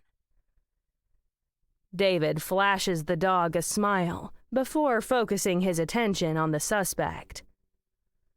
"Mr. Kilpatrick, I'm Detective David Graham of the Peterborough Police Department. I have the sad duty to inform you that Angela Townsend was murdered a few nights ago. We need to question you about your complaint to the Better Business Bureau against the Country Flower Shop." "Oh, that."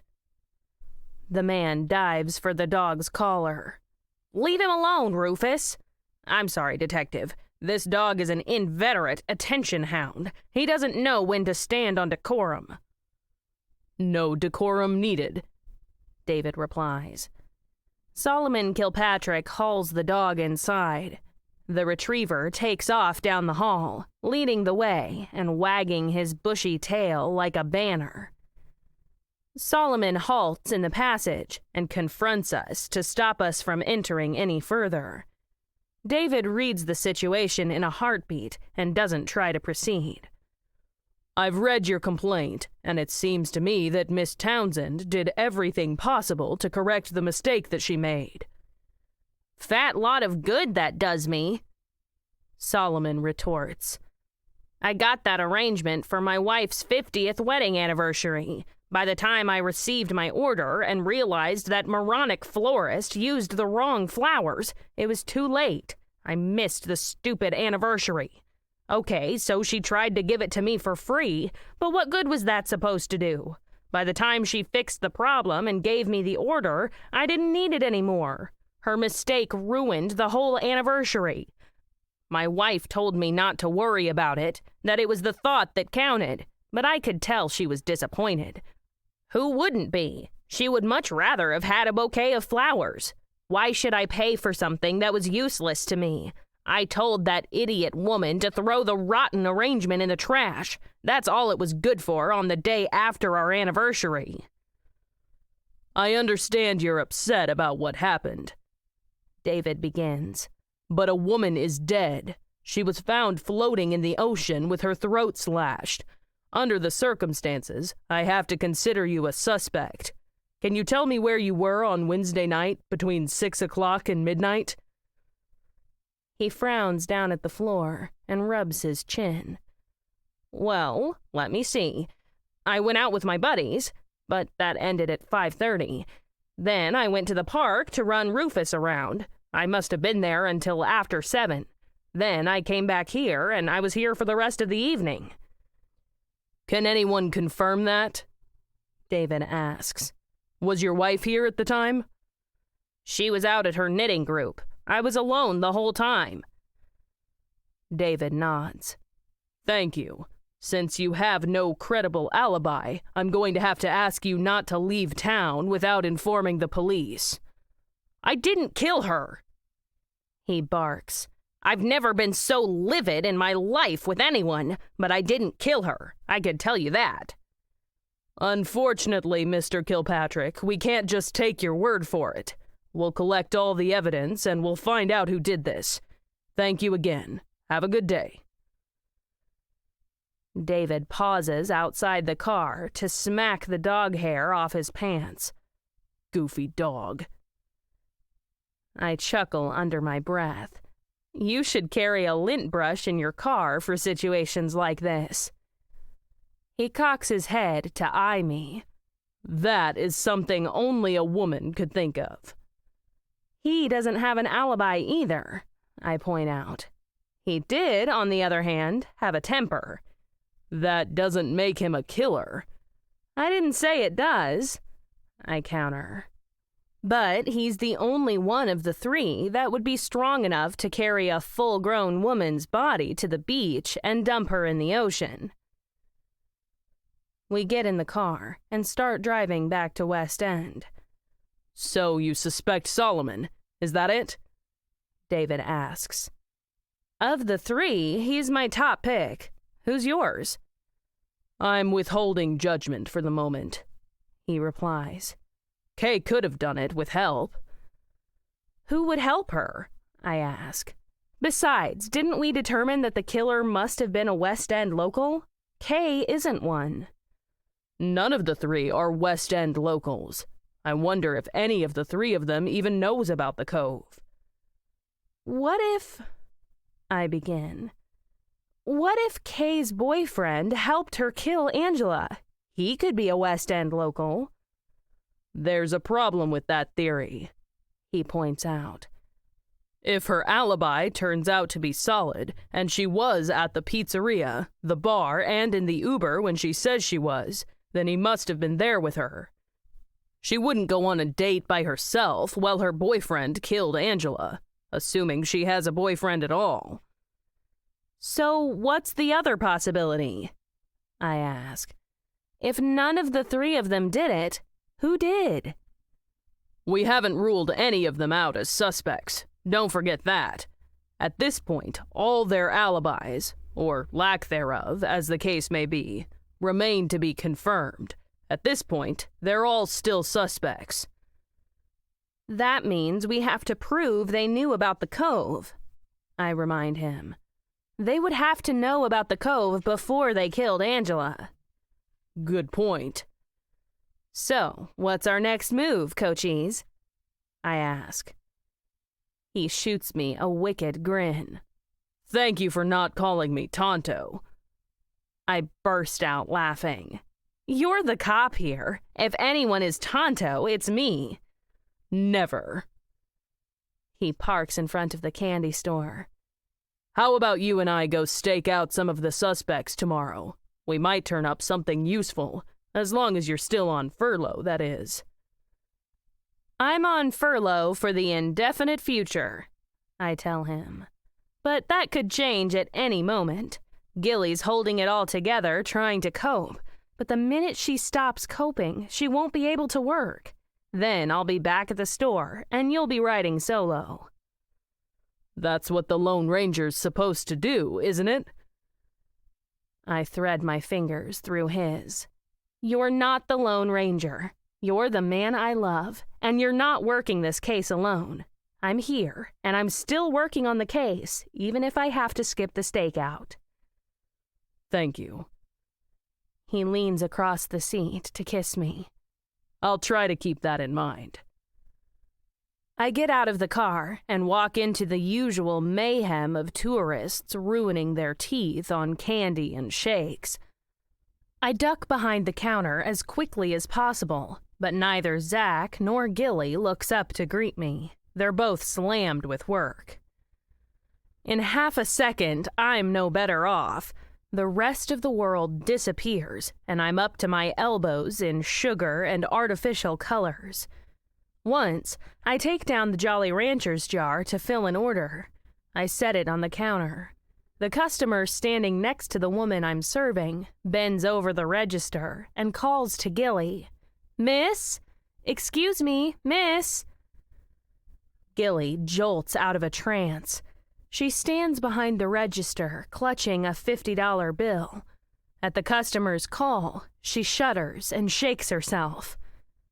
"Sorry, I guess I got distracted." I glance across to the shake bar and see Zach watching the whole interaction. He must be keeping an eye on Gilly, too. "Are you okay, sweetheart?" I whisper. She fumbles with the change. "I'm fine. My mind keeps drifting. I'll be all right." She hands over the spare bills and coins, and the customer leaves.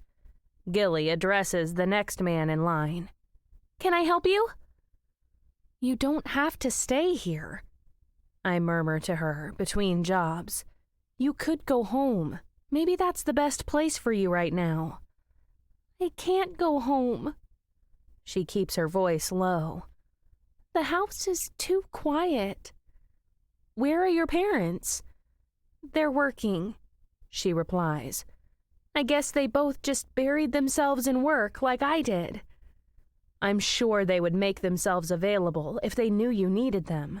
I'm sure you're much more important to them than anything else." She shakes her head. "I couldn't do that. They were both as upset as I was when they heard the news. They need to keep busy. It's the best thing for them." I choose my next words with care. You need to think what's best for you, not what's best for other people. If you don't want to go home, you could always go to my house. She raises her eyes to meet mine. "Thank you, Margaret. That's very generous of you, but I can't be alone right now. And before you suggest that Zach come with me, I couldn't do that and leave you here to man the store alone. You have enough to do already. I'll keep doing this, as long as you don't mind me drifting off every once in a while." "You drift off any time you want, sweetie," I tell her. "Just remember the offer is always open. I'm sure Zach would be happy to go with you if you need to take some time off." "Thanks." She stops serving lollipops to children long enough to press my arm.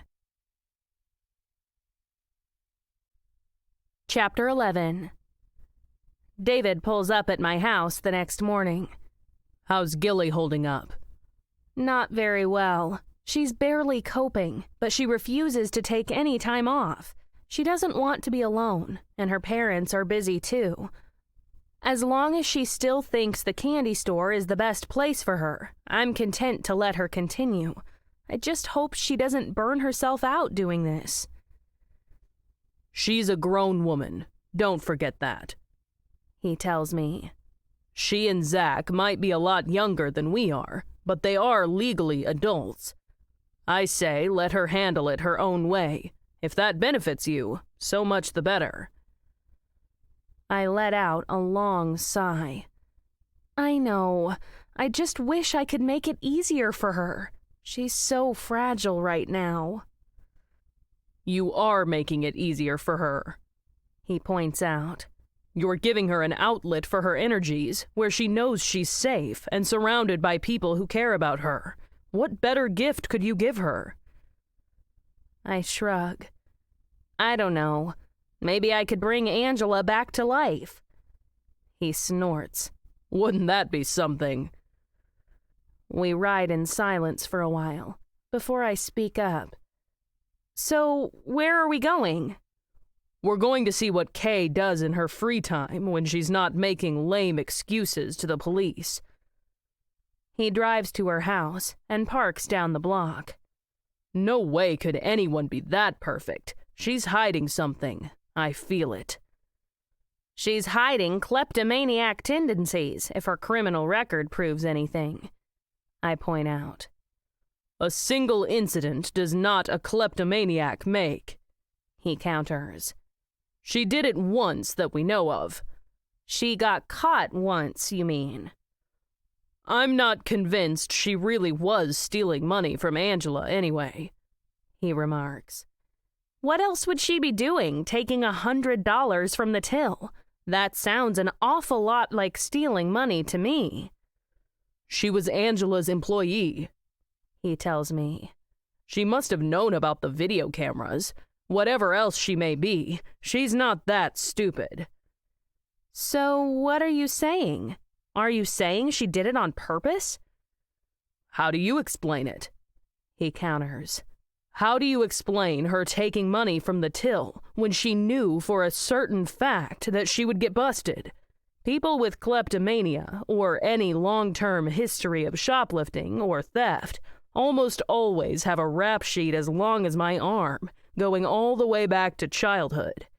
They can't control themselves. They see something they want, and they take it, and they almost always get caught. That's not Kay. She must have had some other reason to take that money. Like what? Instead of answering, he stiffens in his seat. Oh, look, there she is. She's going somewhere. The cottage door opens, and Kay struts outside. She wears her hair in the same updo. She clips down the drive in a trim, tight business suit with matching heels. A heavy gold chain drapes around her neck, and a glistening gold bangle decorates her wrist. She gets in the convertible and hits the road. David starts the engine and creeps after her. My heart swells in my throat. Is Kay about to lead us to the missing link in this case? Kay drives across town and parks in front of a high-rise office building. She carries a clutch handbag in one hand and a black nylon zip case in the other. What's she up to? David mutters. She looks like she's going to a business meeting. Maybe she's got a job interview, I suggest. Maybe she's meeting her lawyer, he adds. Kay goes into the building. David retrieves his binoculars and observes her through the plate glass window. She's going to the 5th floor. How do you know? I ask. She just pushed the elevator button and rode to the 5th floor. Let me see. The directory next to the elevator says Jameson Computers. Score 1 to you, Margaret. Job interview. Too bad you don't have a parabolic dish that allows us to listen to their conversation, I remark. They only have those in Mission Impossible, he grumbles. I look out the window while we wait. This case is Mission Impossible. He laughs into his binoculars. Don't lose heart. Something is bound to break sooner or later. Oh, look, here she comes again. That was quick. David puts his binoculars away. We sit tight until Kay gets into her car and drives away. We tail her to another building. Not a high-rise this time, but a long, low warehouse-type affair. She goes through the same routine of organizing her stuff before she pirouettes inside. She goes to the office, spends 5 minutes there, and leaves. No luck, huh? David remarks. Times are tough all over. She shouldn't have any trouble getting a job, I point out. She looks nice, and she presents herself well. I'm surprised no one has hired her yet. Maybe her criminal record has something to do with it. He fires up the cruiser. You said she doesn't have a criminal record. I counter. She has one incident in an otherwise spotless existence. If I was hiring, I would definitely take it into account, he tells me.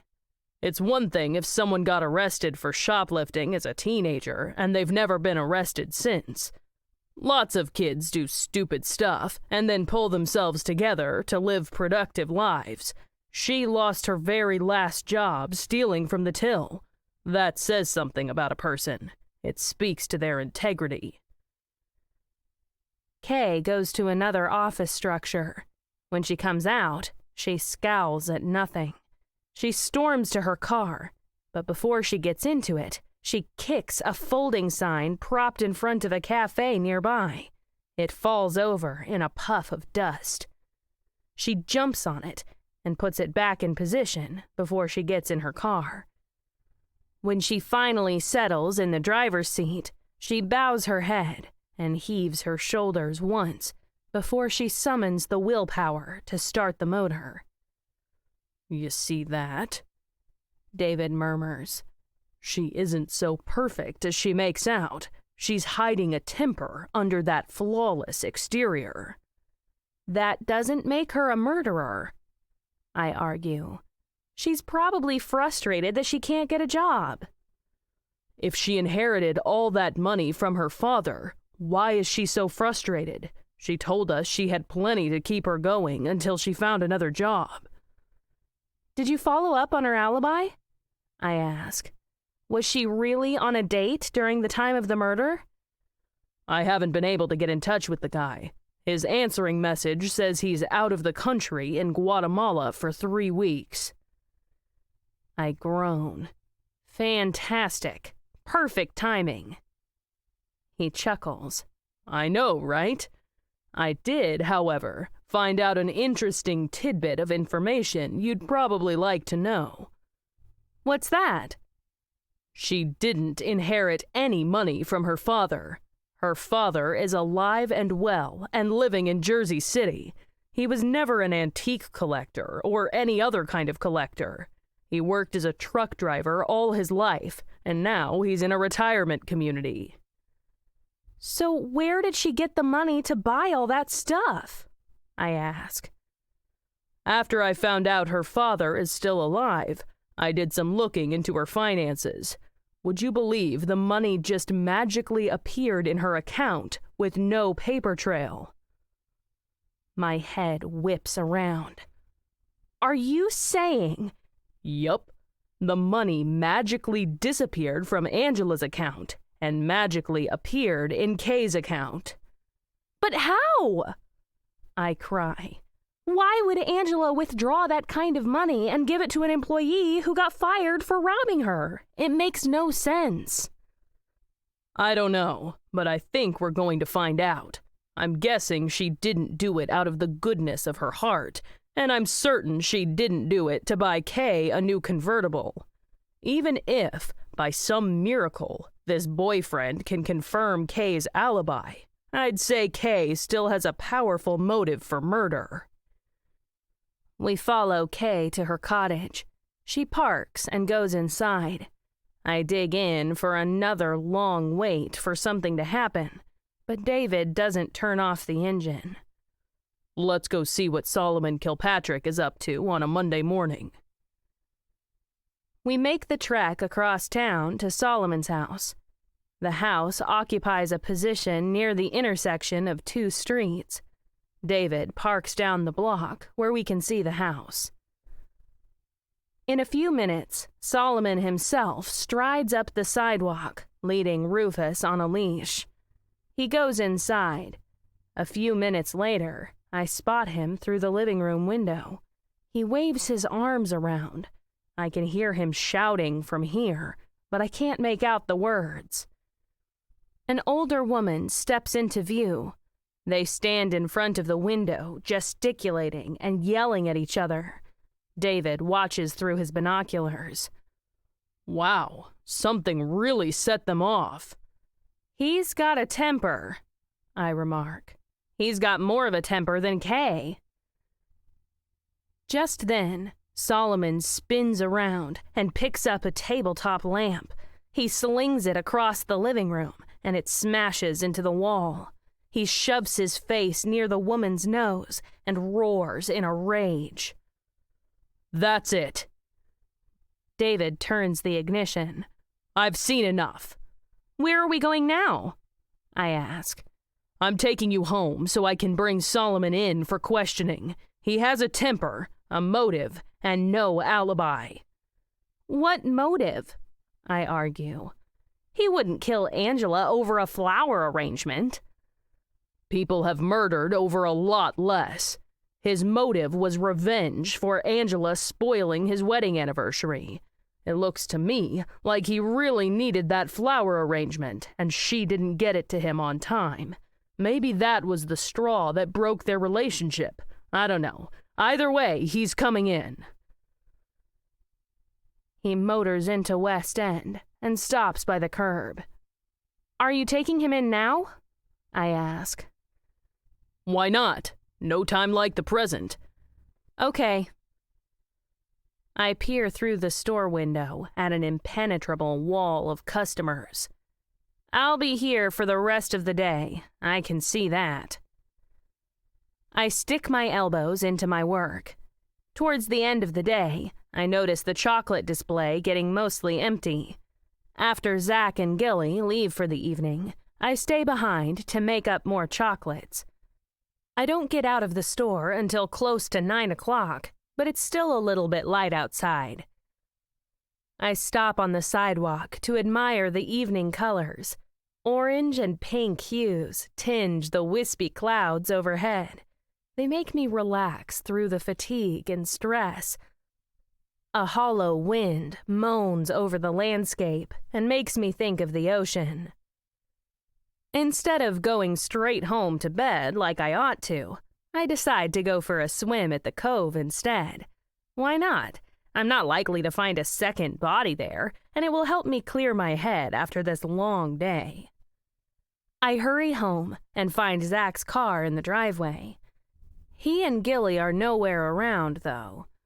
I snag the keys from their hook and race to the cove. The sky darkens and casts an eerie shadow over the deep. I slip into my suit and wade out. The cool, velvet water envelops me in its soothing embrace. I float on my back and watch the stars prick the dusky sky. This is the life. I can tell I'm going to spend a lot of time here in the years to come. What was that? Something touched my foot, again. I jolt upright and stare around me in breathless anticipation. If it's another body, I'm going to be annoyed. How can I enjoy the beauty and tranquility of this cove if I keep finding bodies floating here? Maybe David is wrong. Maybe the currents sweep all the dead bodies here. Maybe I'll find Jimmy Hoffa with a concrete block shackled to his ankle. It's getting too dark and cold now anyway, and I don't want to stay submerged in water tainted with death. I strike out for shore when, out of nowhere, a human hand clamps around my ankle. I kick to break away, but it holds me tight. I whip around to confront my assailant, but the cove lies perfectly flat and serene all around me. Not a ripple breaks the glassy surface, except for the turbulence kicked up by my struggle. I make another valiant effort to scrape the hand off, but it holds me in an iron grip. I search everywhere for my unseen attacker to destroy, but to my horror, whoever it is starts to tow me under the water. My chin bobs on the waves. I hold my own for a second, but the person overpowers me. With an almighty yank, they pull me under. In a flash, a body surges out of the dark depths and lunges on top of me. Someone smothers me and weighs me down. I sense my breath running out, and I break into a panic. I can't go under like this. I can't turn into another dead body floating in the cove like Angela Townsend. I have too much to live for. My life flashes before my eyes, just like in the stories, but mostly I concentrate on Zach and Gilly, David and Ariel. I love them all so much. I need them, and they need me. I have to live for them. I gasp for breath and icy water rushes down my throat. I'm drowning, but I can't break loose.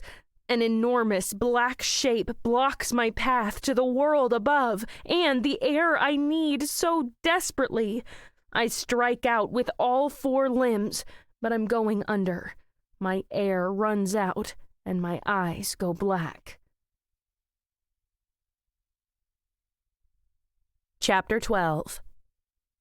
I blink the water out of my eyes and gaze up at a satiny black sky studded with stars. Someone leans over me, and the head blocks out the view. A soft male voice asks, "Are you all right?" Instead of answering, a paroxysm of coughing and choking grips me. I writhe over on my side and retch seawater out of my lungs. A hand touches my shoulder, and a woman murmurs in my ear. At least she's breathing now. What happened? The whole nightmare comes rushing back. I try to sit up. Who are you? It's me, Margaret. The man switches on a flashlight and trains the beam on his own face. It's Will Nielsen. Will! I gape at the familiar face. What are you doing out here at this time of night? I should be asking you the same thing, Margaret, he replies. This is my girlfriend, Jennifer. We came out here to, we were on a date and we came out here to, hang out. She's from Peterborough, so I thought I'd show her the cove. We saw you floating in the water and we pulled you out. I thought you were dead. But when I saw it was you, I gave you mouth to mouth just to be sure. I hope you don't mind. I gag the rest of the salt water out of my guts. Not at all. Thank you, Will. A brilliant beam of light blasts over the dunes. I jump out of my skin. What's that? It's all right, Jennifer murmurs to me. We called the police and an ambulance, Will adds. After that other dead woman turned up here, I thought it was the best course. Oh, right. I can't stop coughing, and I'm shivering with cold. I hug my arms around my body. I'm wearing only my swimsuit and nothing else. Just then, a police cruiser barrels over the dunes and parks next to Zach's car. In about 2 seconds, police and paramedics swarm around the cove. They squat in front of me and start firing questions at me. I hold up my hand. I don't need an ambulance. I'm fine. The medics wrap me in blankets and stick a heat pad against my chest. They hold a stethoscope against my ribs. Take a deep breath, and another one. I'm getting frustrated when a familiar face materializes in the glare. David Graham crouches down next to me. Here I thought you were home in bed. You could have knocked me over with a feather when I heard the report over the radio. I wave the medics away. Will you tell them I'm fine? I don't need an ambulance.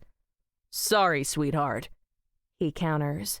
You're going to the hospital, whether you like it or not. You nearly drowned. That puts you at risk for severe pulmonary edema, which can be fatal if untreated. My shoulders slouch. Great. What were you thinking, almost getting killed like that again? How many times do I have to tell you not to do that? I shake my head. I can't even enjoy the joke. Whoever it was must have been pretty strong. He stands up and surveys the cove. Forensics people crisscross the lights coming from the police cars. Whoever it was must have used scuba gear. You would have seen someone else in the area otherwise. Even if they only had on a snorkel mask, you would have seen them coming near you. I sniff. I feel like absolute trash. There was nobody around, and the person came up on me out of the dark. Don't ask me how they found me. No one knew where you were going? He asks. I shake my head. I didn't tell anybody. I just decided on the spur of the moment to come here after work. He frowns and scratches his ear. That's odd. The killer must have followed you. If he or she did, they must have been staking out the store for hours. I stayed late to catch up on my chocolates. He continues to scowl at the surroundings. The question is, which of the suspects would be strong enough to overpower you like that? It definitely wasn't Leah Hathaway, I counter. I refuse to believe she left her house at this time of night to put on a scuba mask and tanks and swim around in the ocean waiting to ambush me. It wasn't Solomon Kilpatrick either, he replies. I took him in for questioning, and I didn't drop him off until too late. He was getting out of my car at his house when I heard the call over the radio.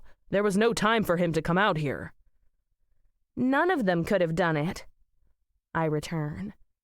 You weren't there, David. I got into a life and death struggle with the person, and whoever it was a lot bigger than any of the three suspects. He spins around to examine me. Really? Really. The person was way bigger than me, and far stronger. I may not be the next Floyd Mayweather, but I'd like to think I could save my own life against any of the three of them. You're right. He shuffles his feet again. That really is odd. I wonder who it was.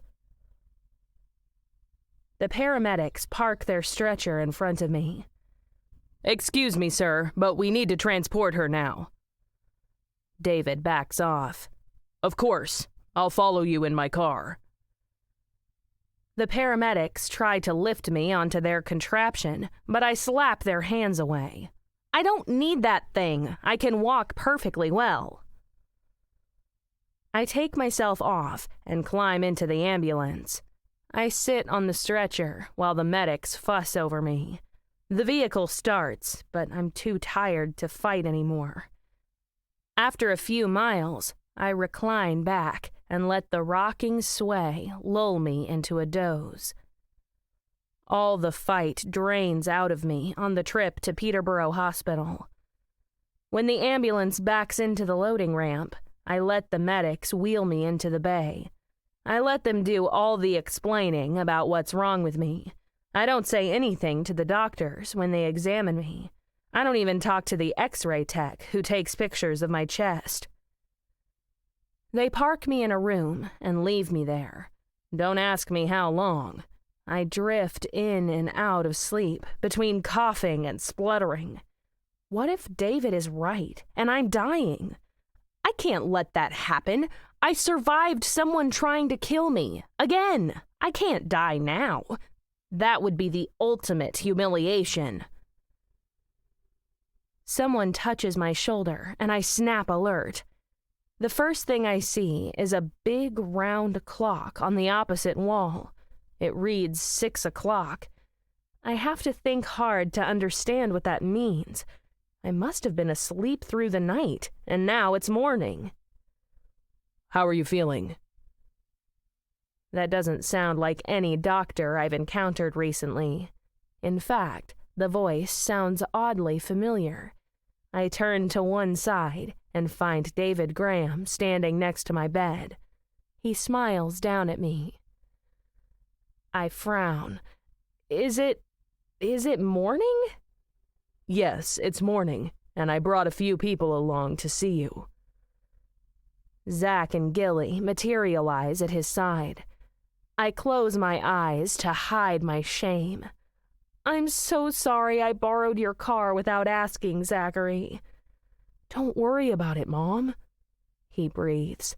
I would have said yes anyway, and I'm glad you're all right. Am I all right? I don't seem to be thinking straight. I'm not sure. The doctors say you're going to be fine. Your x-rays are all clear, and you haven't shown any other signs of pulmonary edema. They say we can take you home. That's a relief. I say the words, but I can't raise myself off this bed. Zach takes my hand. Come on, Mom. We'll get you a wheelchair to take you out to the car." "I don't need a wheelchair," I grumble. "I'm not retired yet." The others laugh, but they cut it short when 2 more figures appear in the doorway. Gilly wheels around, staring. "Mom! Dad!" Rick and Sheila migrate to my bedside. "Hello, sweetheart." Sheila squeezes my arm.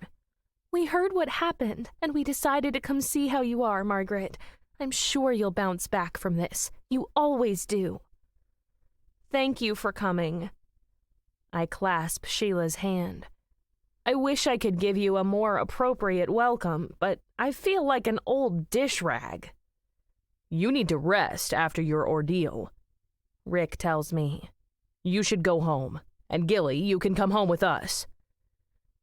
Gilly looks back and forth between Zach and her parents. "I'm okay." Sheila squeezes her daughter close. "You should come home, sweetie. You've been out for over a week. You need to rest too." Gilly casts a stricken glance toward Zach, but she doesn't resist her mother's efforts to draw her away. At the last second, Gilly dives for my hand and clings to it. "Thank you, Margaret. I'll see you soon, I promise." "Take care of yourself, sweetie," I tell her. "I'm glad you're going home. You don't have to hold it together anymore. Just let yourself recover for a while." She kisses my cheek. Sheila clasps my hand. "Thank you for everything you've done for Gilly. I'm so grateful she has been able to lean on you during this difficult time." "Thank you, Margaret," Rick adds. "If there's anything I can do for any of you," I tell them, "you have only to let me know. My thoughts and prayers are with all 3 of you." Sheila escorts Gilly out of the room. Zach watches them go, and David bends over my bed. "I have to go, too. I have to drive Ariel to camp in 2 hours. I'm leaving you in the capable hands of my trusty associate here." He clasps Zach on the back. "Don't worry, sir," Zach replies. "You can count on me." "I know I can." David kisses me on the forehead and strokes my cheek before he drifts out of the room. Zach moves in to take his place. "Well, Mom, you did it again. You scared us all half to death and almost got yourself killed in the process. I'm really starting to regret building that website for your PI business." "I'm sorry, darling," I reply. "I really didn't intend to. I just thought I'd go for a swim." "I know." He sits down on the edge of my bed. "I just wish you would get into some other, less dangerous line of work. Like, I don't know, maybe selling candy or something." I chuckle under my breath. "That sounds like a good idea." "Come on." He pulls me into a sitting position. "Let's get you out of here and home where you belong." He takes a bag from somewhere and produces a set of dry clothes for me. I change and sign the papers to get out of the hospital. Zach conducts me out of the room, but on our way to the exit, I spot Gilly, Sheila, and Rick across the lobby. Gilly confronts her parents. They argue in a strained undertone, but anybody can see how distressed the situation makes Gilly. She waves her arms and chops her hand through the air. Tears glisten on her cheeks, and Sheila counters with equal vehemence. She holds her fingers together in a tight blade and stabs it toward Gilly. I pause to watch for a second. Zach touches my elbow. "Come on, Mom." I hesitate to leave. Something doesn't fit here. The Hawthorns should be pulling closer together to support each other through their grief. Instead, they're descending into conflict. Why? They present such a contented picture of domestic unity to the outside world. Maybe it took Angela's death to reveal the cracks in their facade. By the time Zach drives me home, dawn breaks over West End. Birds wing in the clear air. When we drive through town, the same crowds line up outside all the businesses, all but the candy store. I heave a great sigh. I'm sorry about this, sweetheart. I don't want to be a burden on you. You should be helping Gilly, not babysitting me. And now the store is standing closed and unattended because of my stupid mistake. You have nothing to apologize for, Mom, Zach replies. I couldn't help Gilly right now anyway. She needs to spend time with her parents, and you're always telling me our happiness is more important than the store. The business can sustain being closed for one day. You're more important than the store. Heck, you are the store. If you go down, there is no store. So if you want to do the best thing for the store, you can take care of yourself and get better. Thanks, sweetie. I get out in front of our house and shuffle inside. I collapse on the couch. I don't have the strength to haul myself upstairs. Zach fetches his laptop and sets up shop in the armchair across from me. He settles in for the long haul. That's my boy. Chapter 13. I wake up at dusk, only long enough to eat a bowl of chicken soup that Zach brings me. Then he tucks a blanket around me, and I crash again. Every time I open my eyes, he's parked in the armchair, like taking care of me is his life's work. I wake up the following morning to birds twittering outside the window. I prop myself on my elbow to listen and spot a note on the coffee table. I'm working at the store this morning, Mom. Text me if you need anything. There's food in the fridge. I flop back down. I guess that means I'm still on bed rest for the day. Just then, someone knocks on the door. With a great effort, I get to my feet and pad to the entry. When I open it, David Graham cocks an eyebrow at me. Are you alive? I wouldn't classify this as technically alive, I reply. I consider this more suspended animation. That's good enough for me. He pushes into the house and strolls around. I return to my couch and wrap the blanket around myself. I just don't seem to be able to summon the energy to do anything. David peers through the windows at nothing. He makes a circuit of the living room and stops to rest his hip against the armchair. Well? Well, what? I demand. You look awfully pleased with yourself. Only because I'm seeing you again. I confirmed Kay's alibi, but maybe you're not interested in that kind of thing anymore. My head shoots up.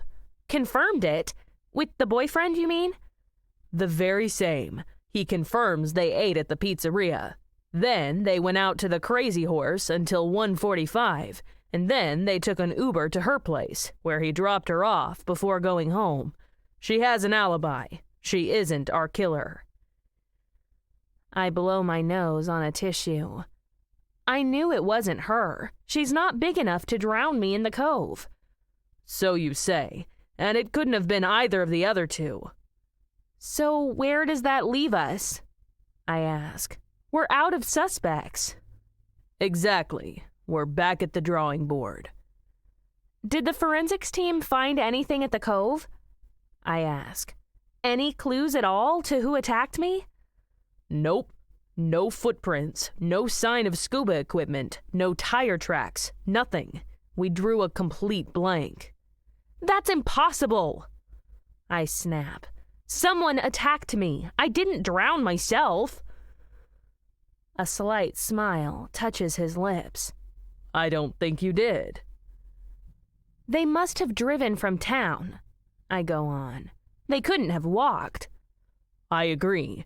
I still think they must have staked you out at the candy store and followed you from there. That's the only way they could have known where you would be and when. Is there any other way to get to the cove? I ask. Is there another access road?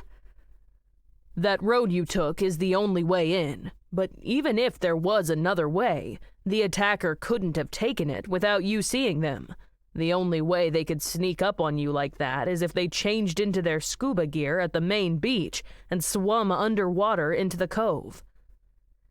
If you're right, I counter, then we're talking about someone who knew the coastline like the back of his hand.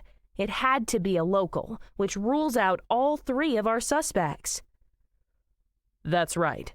It's someone else, but I have no idea who. It's someone big, I tell him. Someone strong. And someone knowledgeable about the local terrain. Who would that be? I ask. He shrugs and looks away. I narrow my eyes at him. You know someone who fits that description, don't you? I know a lot of people who fit that description. I don't want to point the finger at anyone just yet.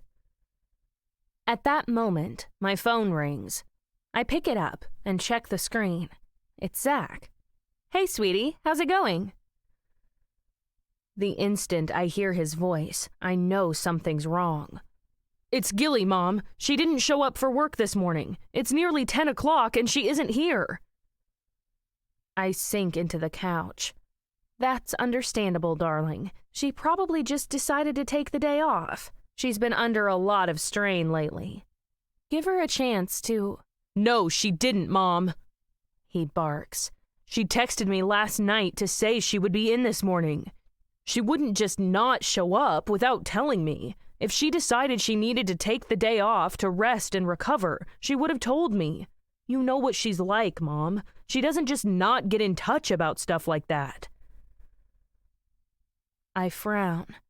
You're right. I wonder what happened. You haven't heard from her, have you, Mom? I can hear the tension building in his voice. No, I haven't seen or heard from her since we left the hospital. Do you want me to go by her house and see if she's there? Maybe Rick or Sheila can tell me where she is. I'll call her first. If I don't get hold of her, would you mind running around there just to check? I really appreciate it. Not at all, sweetie. I'll just wait to hear back from you. We hang up, and I stare at my phone. Some forgotten piece of this whole puzzle taps at my brain, trying to get out. What was that about? David asks. Gilly never turned up for work. She told Zach she would be there this morning, and then she never contacted him to tell him she changed her plans. He says that's not like her at all. His features go hard. No, it isn't. The phone rings again. She's not picking up, Mom! Zach's voice rises to a shriek. I'm really worried. I'll go around to her house now, I tell him. Detective Graham is here. I'll take him with me. I'm coming with you, Mom. He snaps. I'm shutting the store. I'm sorry about this, but Gilly is more important to me than anything. I hope you understand, Mom. I understand completely. I'll see you there. We both hang up, and I jump to my feet, all my fatigue forgotten. I fling off the blanket. We're going around to the Hawthorns. I don't even bother to run my fingers through my hair. I'm still wearing the clothes I had on when I left the hospital, but I would go without delay even if I was wearing my pajamas. My spine prickles when I think about Gilly. I suspected something wasn't right when I saw the way she and Sheila were talking to each other at the hospital. Now Gilly won't pick up her phone, and she hasn't contacted Zach. Something is definitely rotten in the state of Connecticut. David squares his shoulders and leads the way outside. He opens the cruiser door for me, and we roar around the block to the Hawthorns' house. He parks at the curb, and we hurry up the path. Before we get to the front door, Zach's little red wagon screeches around the corner. He jerks to a halt next to the cruiser and dives out. Anything yet? Neither David nor I answer. From the front yard, we hear shrill voices yelling. The sound echoes through the walls, but we can't make out the words. While we're standing there, an ear-splitting scream pierces the air. Zach bolts forward, but David catches him and holds him back. David draws his sidearm from his shoulder holster and signals to the living room window. The three of us creep toward the house and peer inside. We look in on Sheila gripping a handgun in both clenched fists. She aims it in Rick's face while he sits on the couch, hugging Gilly around the shoulders. Zach makes another lunge for the door, but David bars his way. He whispers to me, "You two go around the back while I distract them. Maybe I can get her to move away from them." Zach and I dash to the side gate. The next thing I hear, someone raps on the window glass. The voices pause for a moment. Then they rise to their previous level. I unlatch the gate as quietly as I can. Zach and I make a break for the kitchen entrance. We dart inside and rush to the living room. I extend my arm in front of Zach, and we hide behind the corner to steal a glimpse inside. Through the window, I can see David trying to draw Sheila's attention away from Rick and Gilly, but it doesn't work. Sheila menaces Rick and Gilly with her gun. "You scum-sucking snake! You lying, two-faced rat! I'll kill you for this!" "Put the gun down, Sheila," Rick rumbles. "I'm not joking around." "I'm not joking around either," she screeches. "Did you think you could get away with this? I'll kill you!" My heart leaps into my mouth. From this angle, I can clearly make out a large kitchen knife in Rick's hand. He clenches his knuckles around the handle and jabs the point against Gilly's chest. Am I really seeing this? Is he threatening his own daughter with a knife? How did it come to this? Tears stream down Gilly's face. Her features contort with racking sobs. Her parents shout above the noise of her anguished cries. Zach surges forward again, but I hold him back. If he goes out there, I can see this whole thing going down the tubes in a big, big hurry. "I'm warning you for the last time, Sheila," Rick bellows. "Put that gun down, or I swear to God I'll—" "I'm done taking orders from you," Sheila screams. "How dare you show your face in this house after what you did? You heartless charlatan! You lying piece of trash! How could you do this to us?" I motion to Gilly to catch her eye. It turns out to be a lot easier than I expected. Her staring gaze skips around the room in search of any way out of this nightmare. Her father locks his icy glare on his wife so he doesn't see me wave to Gilly. I gesture to her to move away from the couch. She blinks the tears out of her eyes, checks on her parents, and then looks back at me. A light comes on in her countenance. My spirit leaps. Please, heavenly God, let this work. I'm not even sure how it's going to work. I can only pray something happens soon and no one gets killed. Quicker than lightning, Gilly rams her elbow into her father's ribs. He grunts and doubles over. The whole thing unfolds so much faster than I anticipated that I don't know what to do. Gilly does, though. She takes advantage of her father's reaction to dive away. She breaks off the couch and lunges toward us.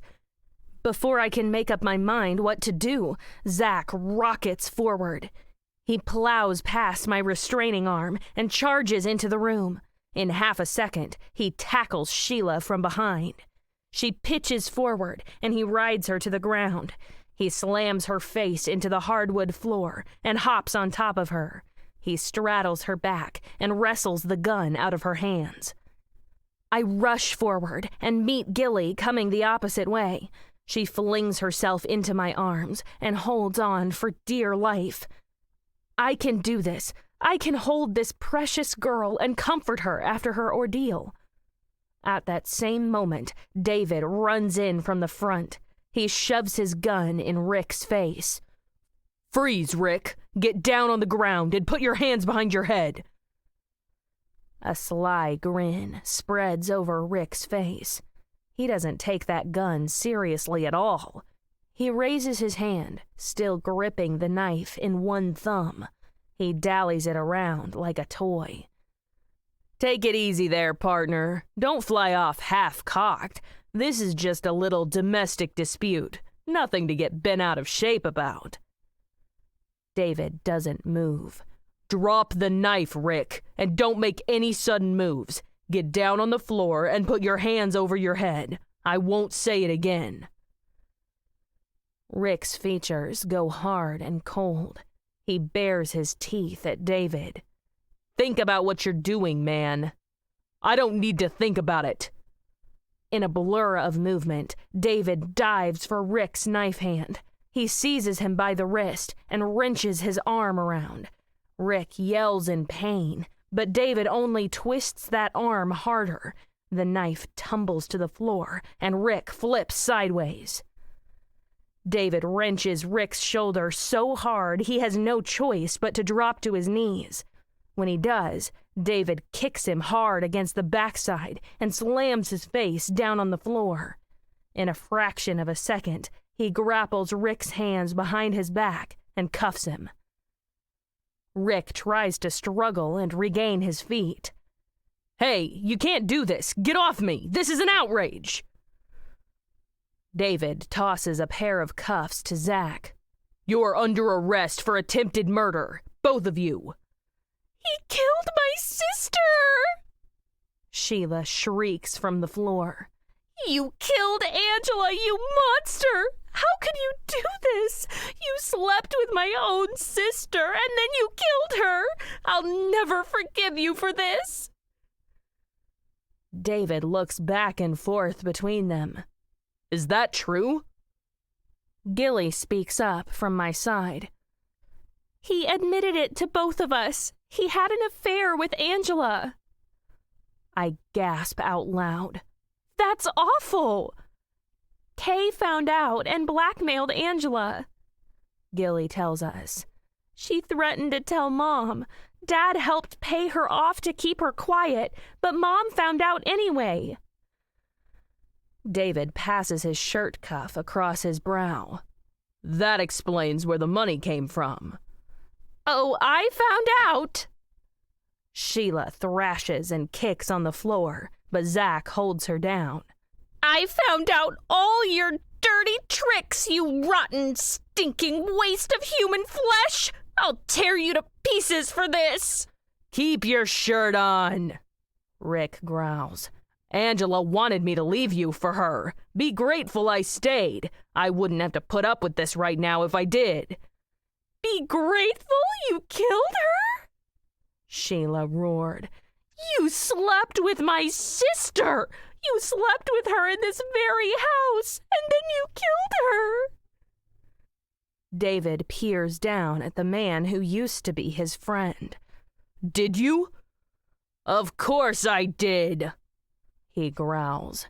She completely flew off the handle when I said I wouldn't leave Sheila and Gilly. My family comes first. She started screaming and calling me all kinds of foul names, just like her. So you killed her! Sheila screams. Admit it! You cut her throat and dumped her in the ocean! Rick locks his teeth and turns away. And you would have killed your own daughter, too, I point out. Gilly buries her face in my shoulder. He said he would kill me if Mom didn't put the gun down. He said even if she shot him, he would still have time to kill me. He said he knew how to shut her mouth if she didn't. David purses his lips and shakes his head. Is that what you told Angela, too? You killed her to shut her mouth and stop her calling you names? Is that it? Rick keeps his face turned into the floor and refuses to say anything. David sighs. Right. He takes out his phone and makes a few calls. The 6 of us stay where we are without saying anything. What is there to say? Zach climbs off Sheila and crosses to my side. Gilly peels off me and rotates into his arms. She bursts into a fresh flood of tears, and he closes her to his chest. I migrate away. I don't need to be near them at a time like this. David catches Zach's eye and slices his finger through the air. Get her out of here. Take her to your place. If anyone asks you any questions, tell them I told you to. I'll come talk to you both later. Chapter 14. In a few minutes, swarms of police and crime scene people fill the Hawthorns' house. They load Rick and Sheila into a paddy wagon. I hope I never lay eyes on either one of them, but I suppose that might be asking too much. I linger on the front lawn and watch the van disappear around the corner.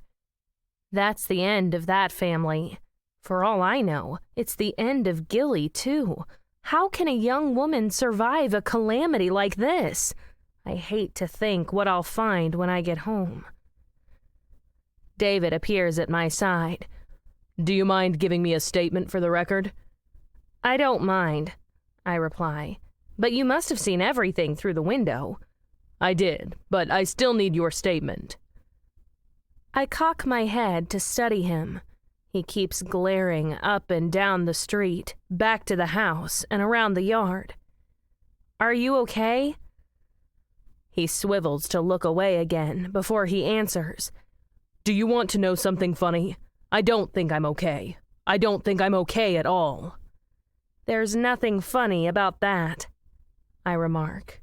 What's eating you? Do you know? He checks down the street again.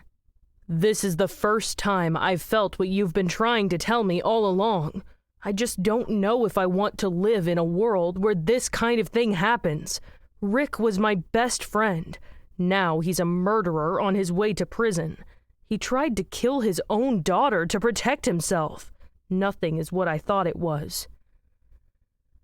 I slip my arm around his waist, but he doesn't soften in my embrace like he usually does.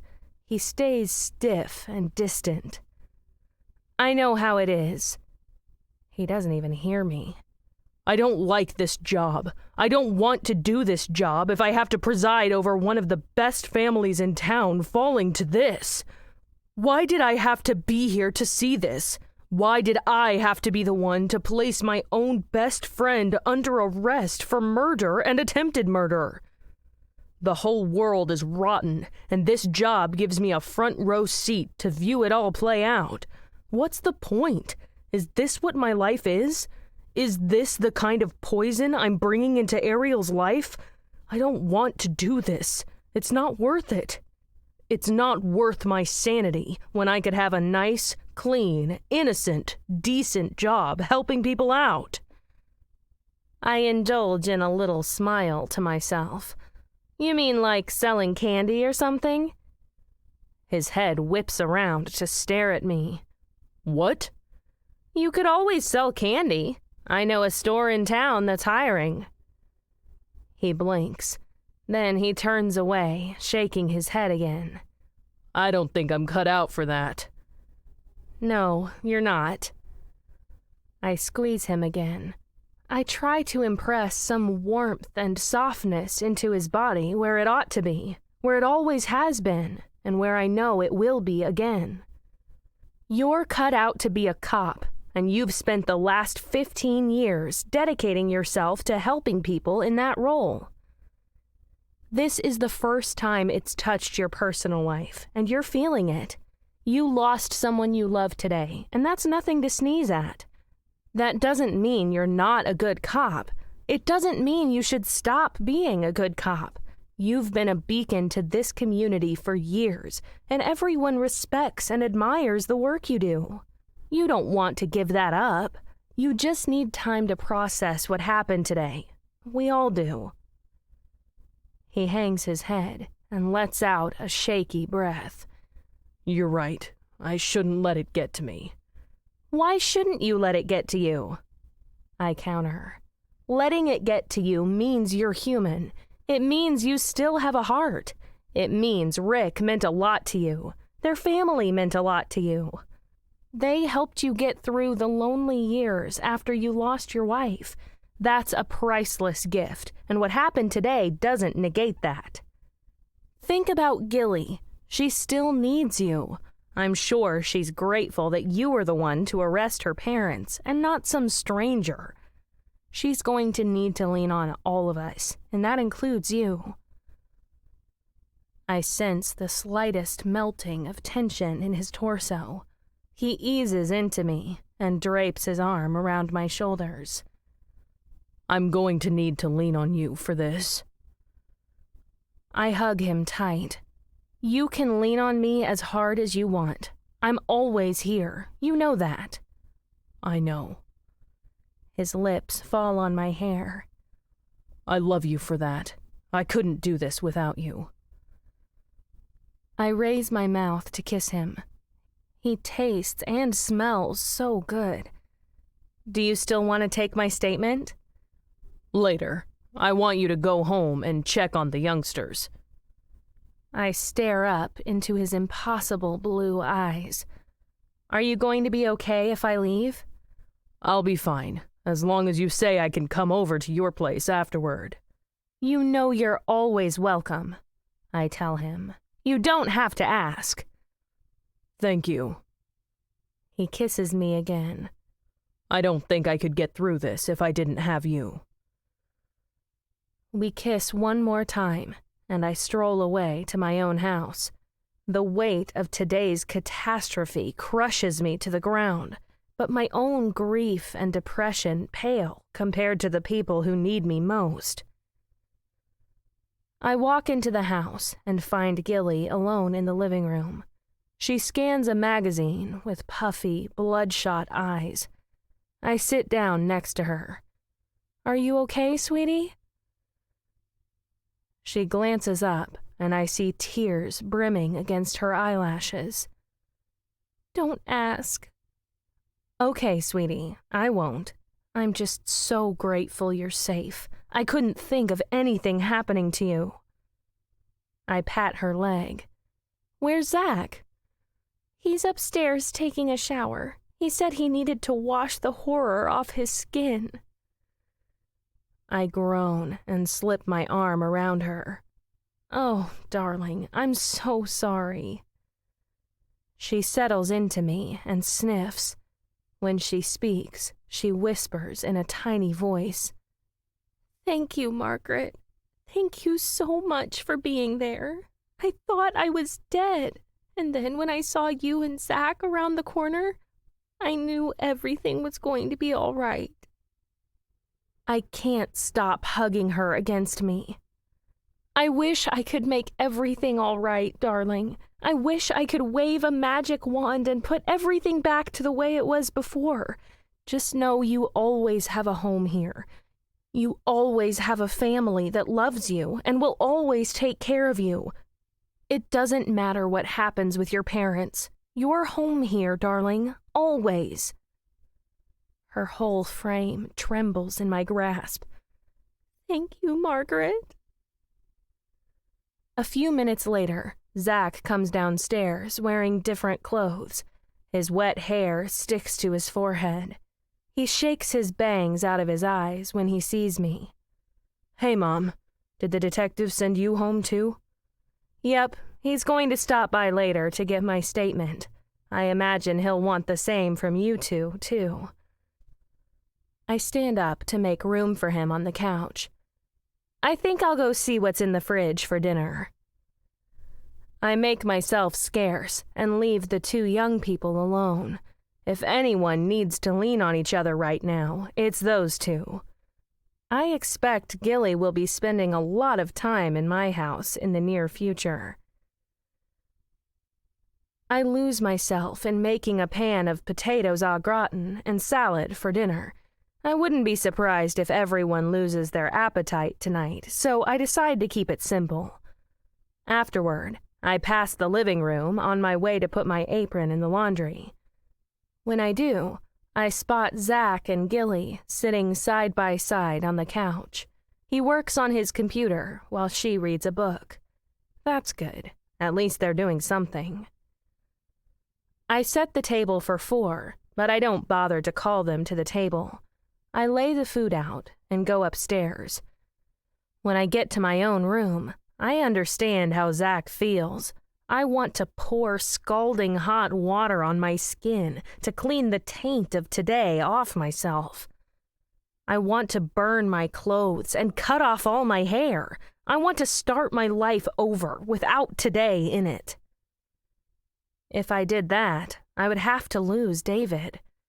I would lose the chance to help these people I love through one of the worst disasters ever to face our family.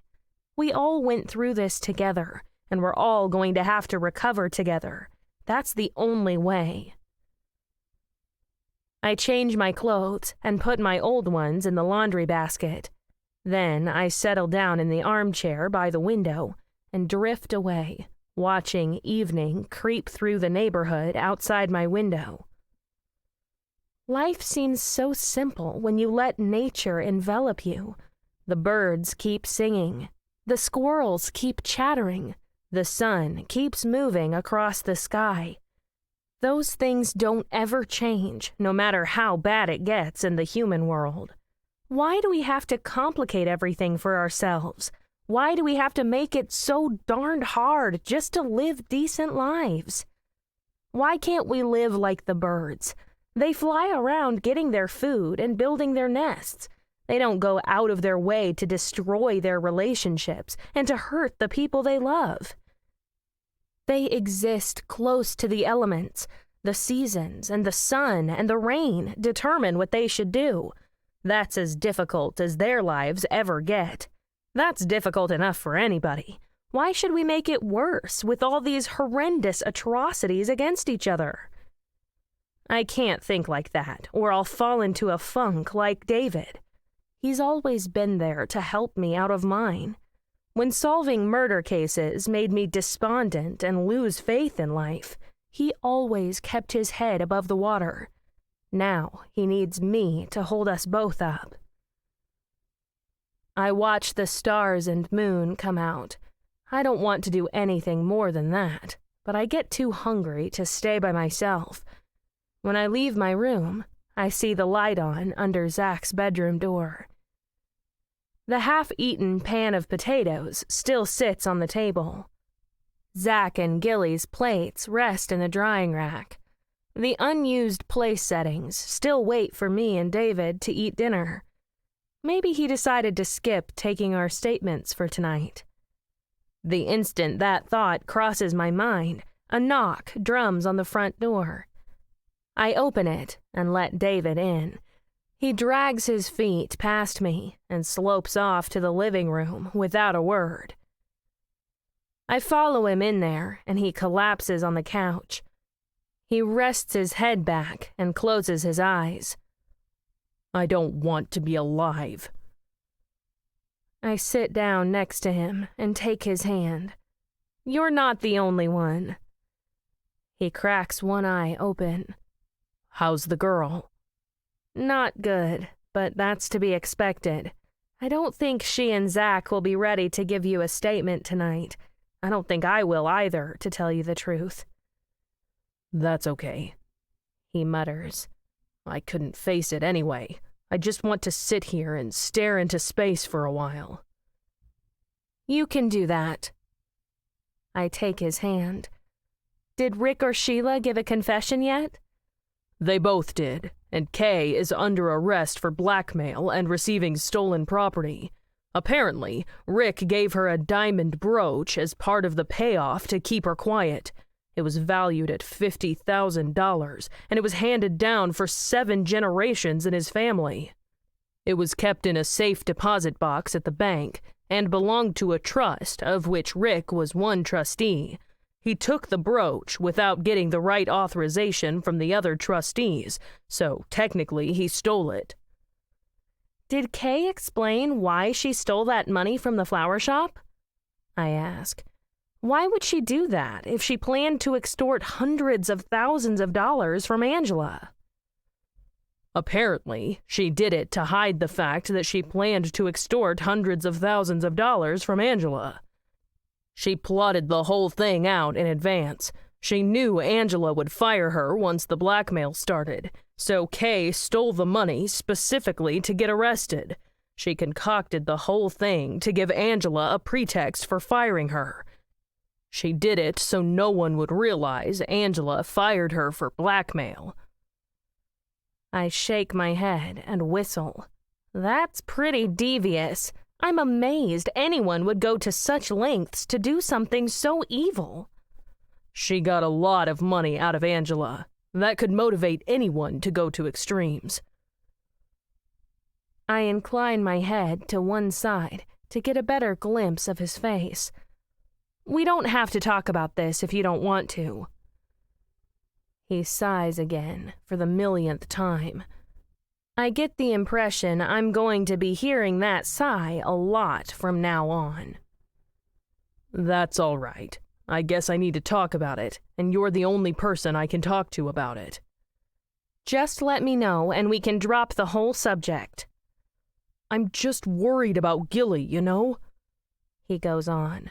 She doesn't need this. First, she lost her aunt.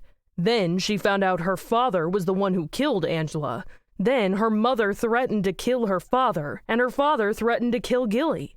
It's too much for a young person to cope with. It's too much for anyone to cope with, I reply. I just hope she comes out of it in the end. How can she do that? He asks. How can anyone come out of something like this? You'd be amazed at what people can survive. I know a lot of people who have suffered in their lives. I just hope she can find a way to keep up her studies. I hope she doesn't lose too much time over this. He closes his eyes and falls back on the couch. I hope none of us do. I squeeze his hand. Would you like to have dinner? He doesn't look up. I'd love to, but I don't think I could stomach it right now. All right. You're not offended, are you? He asks. I'm sure it's delicious. I'm not offended at all. Just remember you're still alive and the world still needs you. This isn't the end of everything. Not for any of us. Right, Sergeant. I'll remember that. He heaves himself off the couch. I better go home and try to get some sleep. I have a full day of work tomorrow. I accompany him to the door. Do you have to pick up Ariel? She can stay here if you don't feel like taking care of her tonight. She's on some kind of team survival overnight with her camp. He snorts with laughter, but it lacks the light-hearted mirth of his usual laugh. I'm glad I don't have to explain this to her when I get home. I'll talk to her if you want me to. I just might take you up on that. He kisses me at the door. Good night. I'll see you tomorrow. Chapter 15. I leave the house to find David Graham waiting on the porch. He shoves his hands in his pants pockets and paces back and forth. His heels drum on the porch, and he grits his teeth, scanning the neighborhood. He swivels around and raises an eyebrow when I appear. Are you ready for this? I puff out a broken breath. I'm as ready as I'm ever going to be. Right. Let's get this over with. He yanks open the cruiser door, and we drive in silence all the way to Peterborough. He parks in front of the courthouse, and we get out. He glares worse than ever now. I don't try to talk to him like this, and I certainly don't try to touch him. We enter the building and stop at the security checkpoint. I put my handbag on the table and step through the metal detector. David unbuckles his holster and removes his wallet, phone, and keys from his pockets. The guard scans everything and hands him back his gun. Thank you, sir. David nods. Thank you. We continue down the corridor to the elevator. David pushes a button labeled B2, which must mean the basement. We emerge in a stark hallway that looks like a hospital. David jerks his thumb to the right. This way. That's the most either of us has said to each other since we left West End. He shows me through a faceless door into a bare room. A single table and a few institutional chairs occupy the place. David waves to the chair. Take a seat if you feel like it. He remains standing, and I don't really feel like it. I feel cold and sick. David goes back to pacing around. He squints through the window at nothing. In a second, the door cracks open. 2 guards enter, escorting Rick Hawthorne. He wears a blue jumpsuit with a number and his last name printed on the back. Shackles drape his wrists and ankles, with a heavy chain connecting them. Another length of chain encircles his waist. He looks so different like this. I used to think his trimmed beard and short brown hair made him look trustworthy and professional. Now they make him look like a hardened criminal who's been locked in a cage for decades. No one would ever guess he used to be a decorated police detective admired by all.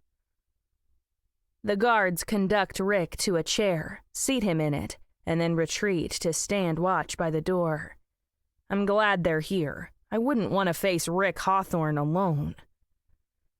He cocks his head and shoots daggers at us. Well, what do you want? Say your piece and leave me alone. David doesn't say anything. He gazes down at Rick. The flinty glare of a moment ago vanishes. Now, David almost smiles at the man who used to be his friend. That leaves me to do the hard work. I gather my resolve. I came here for something, and I won't leave without it.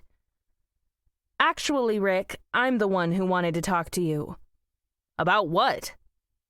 I want to know how you got into the cove when you tried to drown me. I tell him. I want to hear you say how you did it. He lets out a condescending snort. What do you want to know that for? I'm in prison going away for life. Isn't that enough? Aren't you satisfied? You don't have to come around here rubbing my nose in it. I stiffen. I expected something like this, but I didn't expect my own reaction. I thought I would be scared to face Rick. Now he just makes me sad. You tried to kill me. You killed Angela, and you almost killed Gilly. I want to hear how you did it. Fine.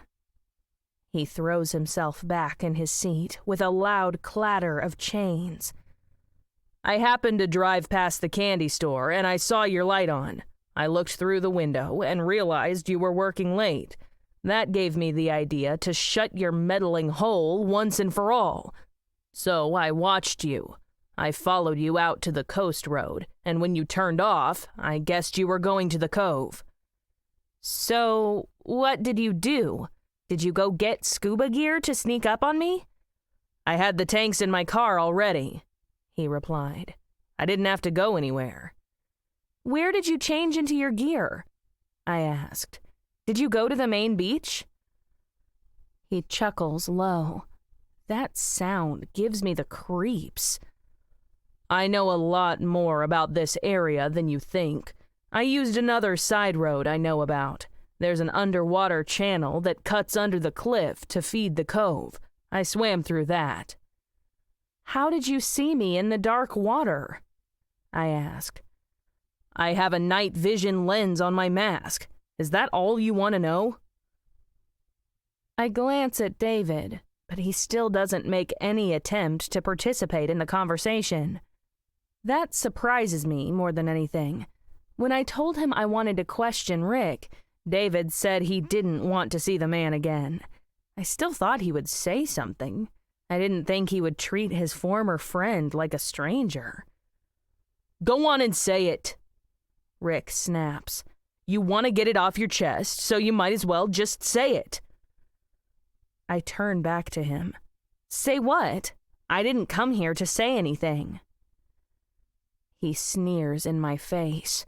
You're lying. You came here to tell me what a monster I am for killing Angela and for trying to kill you. You're mad, so go ahead and let it out. I can take it. Now I feel just as calm and detached as David. I don't have anything to say to you about that, Rick. I'm giving a victim impact statement to the court as part of your sentencing, but the person you should really be worried about is Gilly. You hurt her a lot worse than you hurt me. You destroyed her whole life. She loved you. She worshipped the ground you walk on, and you took that from her. She might never recover, but if she does, it will be because other people in her life care a whole lot more about her than you do. She will recover in spite of you, not because of you. It was your job to protect her from things like this. Instead, you brought them into her life. You hurt her in astronomical ways, and that will never come out in court. That's on your conscience, and nothing I can say will ever erase it. He tries to snort my comments away, but he only winds up lowering his eyes. I can't think of anything else to say to him. He has moved so far away from anything I can understand that I barely recognize him as human anymore. He's something else, something alien. I wait, but he won't look at me again. I guess that's all there is to say. I wave toward David. Come on, let's go. We head for the door. The guards part to let us through. Then they advance on Rick to help him to his feet.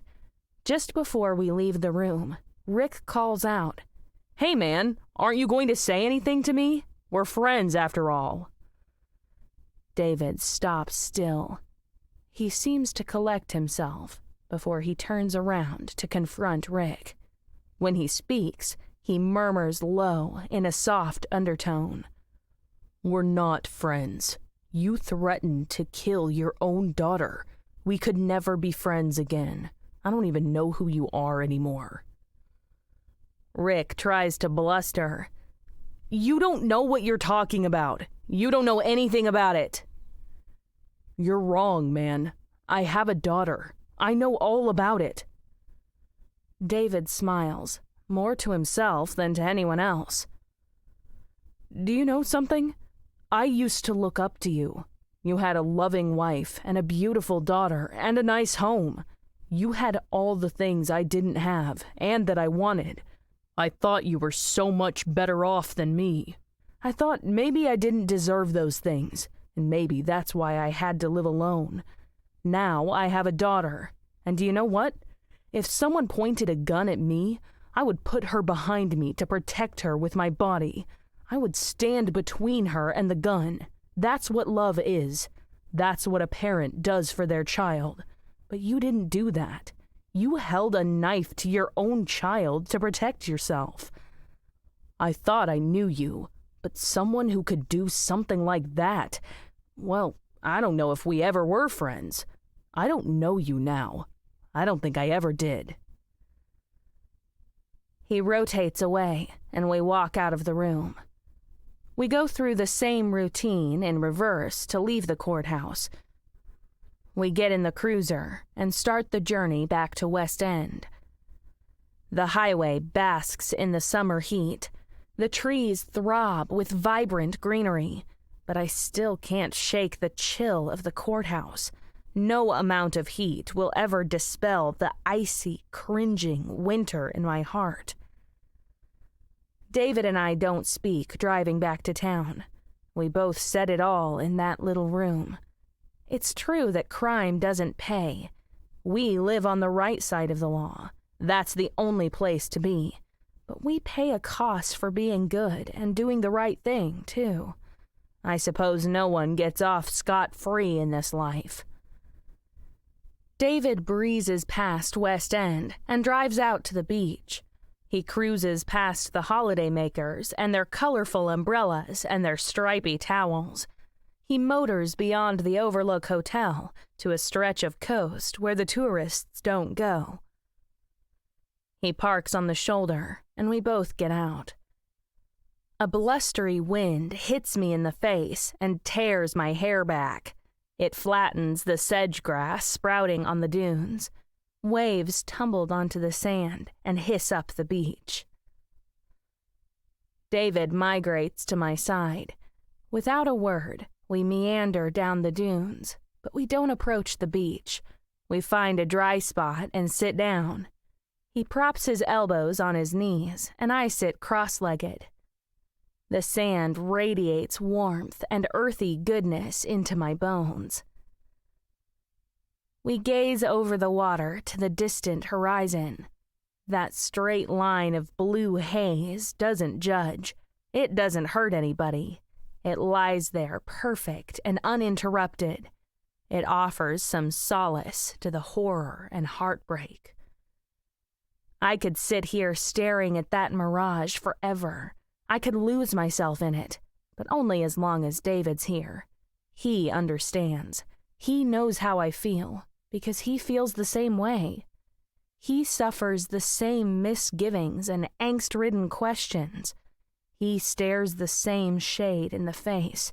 He confronts it every day, and he can't fall back on a candy store when times get tough.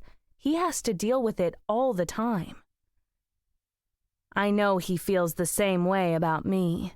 I understand him because I was there through the worst of it. He wants to stay near me because he doesn't have to explain anything to me. We can just sit here healing together. I feel better now that I got to confront Rick. He didn't apologize for what he did to me. I didn't think he would. I got my answers. Now I can do the job of putting the pieces back together. I can rebuild my life, piece by painful piece. Maybe David is right. Maybe life is too short to get involved in these crimes when I don't really need to. Maybe I should stick to my knitting and make candy. I know that makes me happy. He startles me out of my wits. Thanks. I spin around. What for? For making me go and see him. I wasn't going to. I wouldn't have. If you didn't say you wanted to, I never would have. I didn't make you do anything, I point out. I could have gotten someone else to take me, or you could have stood outside the room.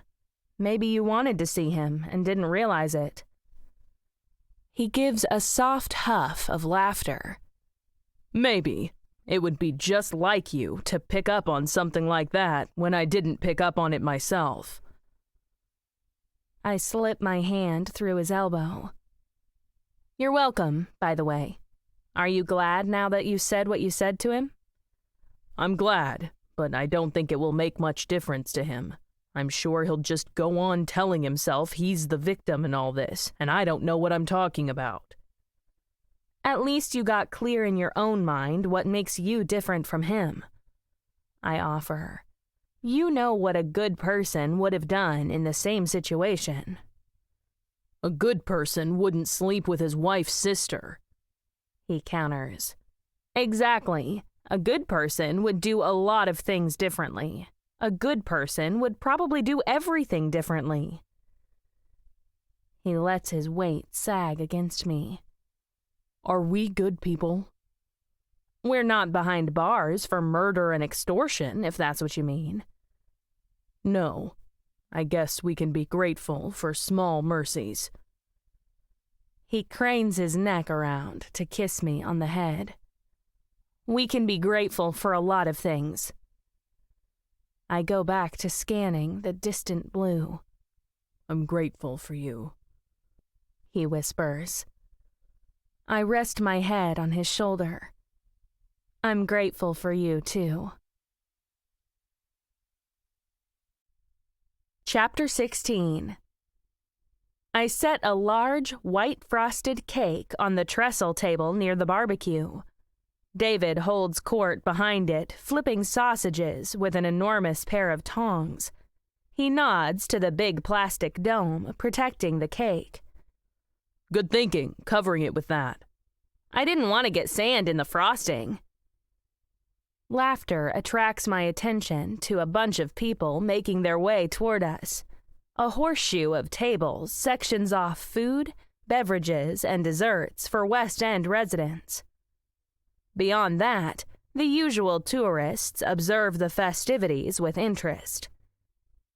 Kyle Davidson and the Navy boys lead a bunch of other West Enders down the beach to our location. Ariel skips and dances in and out of the waves, twirling her arms. It's so nice to see her break out and be a kid. Stacy Kuntz, Simone Peretti, and Kathy Nielsen bring up the rear with Patty Matthews and her husband Simon. They flood into our area, all talking at once. I wade through the mix to Patty. "Yay, you made it!" She throws her arms around me.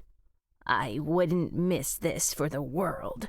Thank you, Margaret. I can't imagine a nicer send-off from the candy store." "You're not leaving the candy store," I tell her. "You're just on indefinite sabbatical." She bursts out laughing. "I'll take it. Too bad it's not a paid sabbatical, eh?" She nudges me and winks.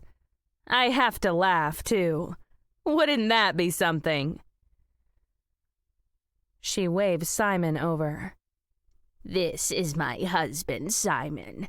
Simon, this is Margaret Nichols. No one can live in West End without knowing her. She's a mainstay." I blush. I'm not, really. I'm a newcomer compared to some people. "That's not what I hear." He presses my hand in both of his and shakes it warmly. "I hear you're practically mayor of this town." I cast a glance toward the barbecue. Where have I heard that before? "It's an honor to know you." "Thank you, and welcome back," I tell him. "I look forward to getting to know you better." I get lost in the confused jumble of friends, neighbors, acquaintances, and loved ones, all joking and chattering and trying to catch up as fast as they can. More people arrive all the time. In a few minutes, I wind up cutting cake and handing out slices on paper plates. Cedric Johnson wheels a large silver contraption through the deep sand. By the time he arrives at our party, he pants and wipes sweat off his brow. He opens a lid on top of his cart, and billowing clouds of steam pour out. He lifts out cartons of ice cream and starts scooping it into cones. The kids crowd around, shouting and pointing. Cedric has to yell above the noise to ask each one what flavor they want. David works the barbecue, passing sausages and burgers and slabs of steak to everyone. A curtain of smoke separates us so we can't see each other. I'm too busy cutting cake to make conversation anyway. After more than an hour of non-stop action, Kyle Davidson approaches me, lugging a heavy ice chest. He sets it down with a groan. It thunks in the sand next to my table. The Navy boys appear with 2 more. I frown at the chests. What's that? "It's more beverages for later," Kyle informs me. "We don't really need any more," I tell him. "We've already got 10 bottles of juice and soda open and another 20 just in case." He shrugs. "Anyway, it's here if we need it." He takes the spatula out of my hand and nods toward the crowd. "Take a break, Margaret. I think someone wants to talk to you." I follow the direction of his gaze and spot Paul Dickerson swimming through the mob toward me. That same suggestive grin spreads across his lips when I catch his eye. I glance toward the barbecue, but David doesn't see Paul. I relinquish my spatula, and Kyle takes over cutting and serving. I emerge from behind the table to meet Paul. He waves an envelope at me. This is for you. What is it? I don't want to touch it. It's your new supply contract with a consortium of 10 New York hotels. Your obligation is to provide each hotel with 30 pounds of chocolate a month, wrapped, marked, and ready for immediate sale. My jaw drops. 30 pounds? That's impossible. You want me to supply 30 pounds to each of 10 hotels every month? How am I supposed to do that? He bows his head and peers deep into my eyes. From what I know about you, Margaret, nothing is impossible. You'll find a way, and you'll knock it out of the park, just like you do everything else. Anyway. He waves his hand at the envelope in a dismissive way. If you don't want it, just don't sign the contract. It's that easy. You can go back to being a one-stop shop in little old West End, and that will be the end of it. I stare at the envelope, burning a hole in my hand. This is astounding. It's going to take a lot of planning. I'm going to have to increase my production capacity, and I'll have to... I look around at the party. Everyone's having a good time, but I don't see that.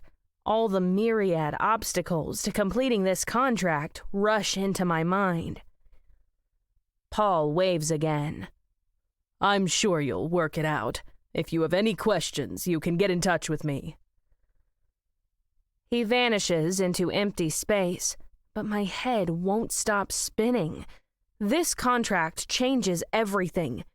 It's going to change my whole life. There's Kathy Nielsen across the beach with her son Will and her granddaughter Brianne. This contract is going to change her life too. 30 pounds of chocolate times 10 hotels equals 300 boxes of chocolate a month. Holy Mother of Christ, how in the name of Jesus am I supposed to do that? I could throw this contract away. I could go back to being a one-stop shop in little old West End, and that would be the end of it.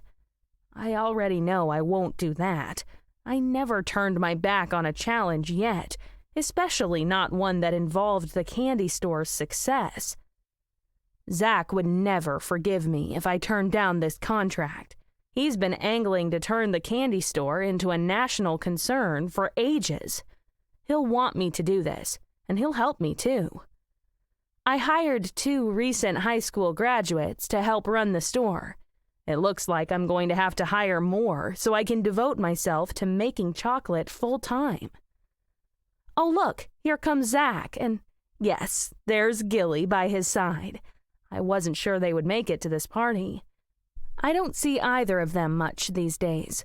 They still live at my house, but they spend most of their time in Hartford. They meander through the crowd. People flock around them, patting them and hugging them and shaking their hands. I hang back. I want to go over and talk to them. I can't believe they've become such strangers, even while the 3 of us continue to live in the same house. Zach spots me through the crowd and gives me a strange look. I can't make out what he's thinking. He whispers something to Gilly, and she nods. Then they both make their way to where I stand. I hug them both. I'm so glad you made it. I wasn't sure you would.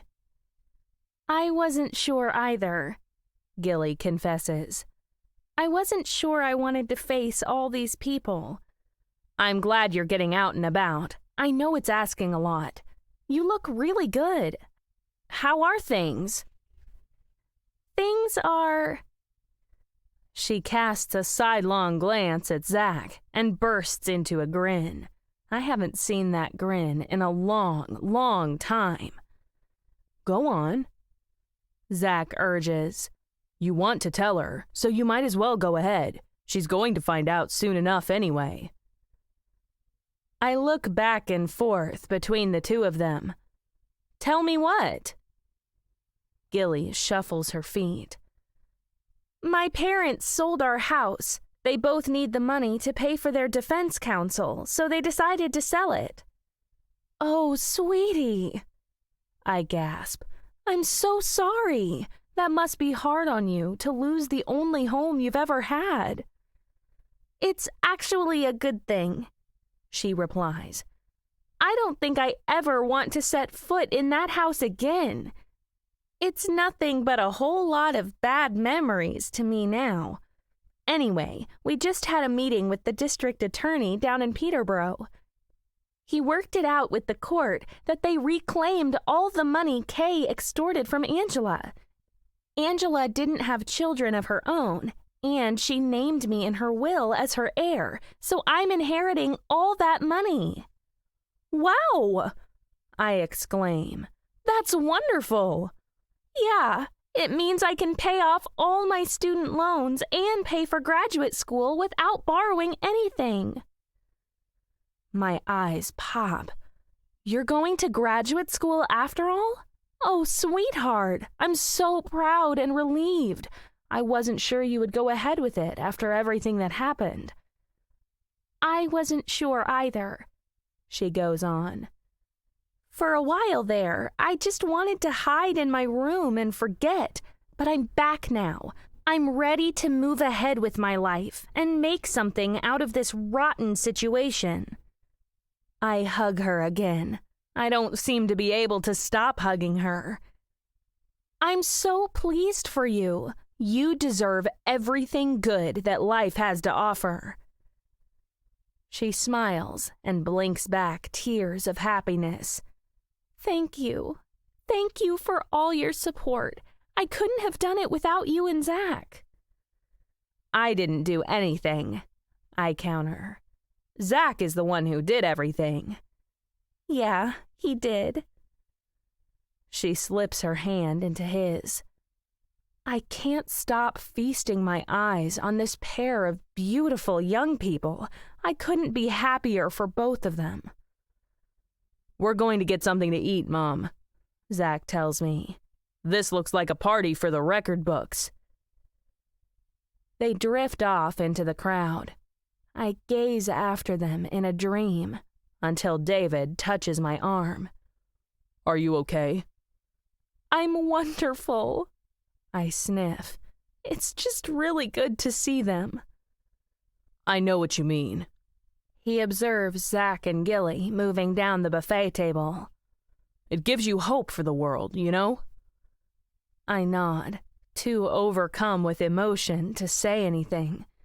Just then, Ariel rushes through the crowd on a collision course with Destiny. David catches her by the arm and wrangles her to a stop. Hold up there, young lady. I have a job for you. She shakes her long hair out of her eyes. Now? Yes, now. David picks up a fork and taps it against his beer bottle.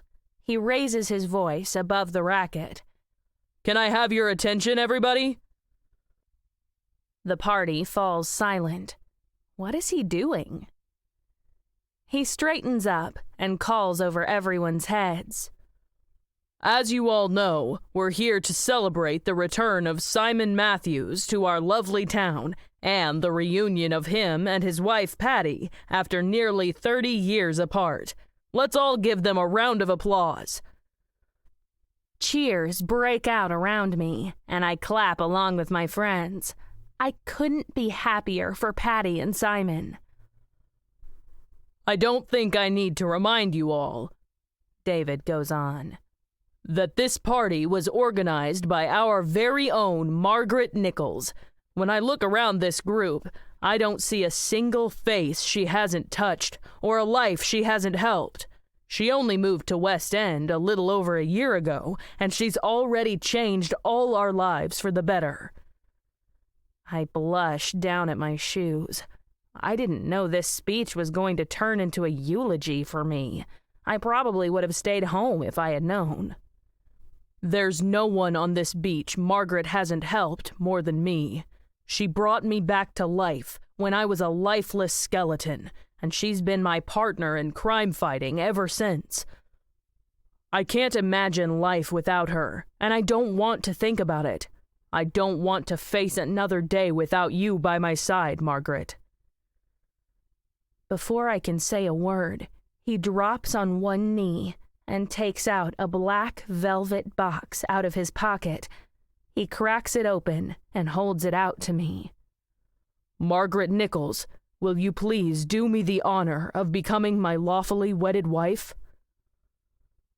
I gape down at him with my mouth open. The rock in its white satin pillow glimmers up at me like a tiny star out of the depths of time. People watch me from every side, but their reactions tell me more than anything. Ariel smiles at me with shining eyes. She must have known about this. Zach and Gilly hover by the cake table with their arms around each other. Neither of them evinces any indication of surprise. So that's why David took Zach out to dinner that night. They planned this together. A warm, gentle breeze ruffles David's light hair. His eyes glisten, gazing up at me. Time stands still. I shouldn't be surprised by this either.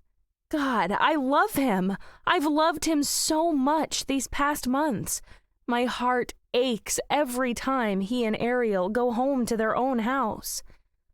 I don't want to face another day without him by my side either. I want to wake up to them in my house.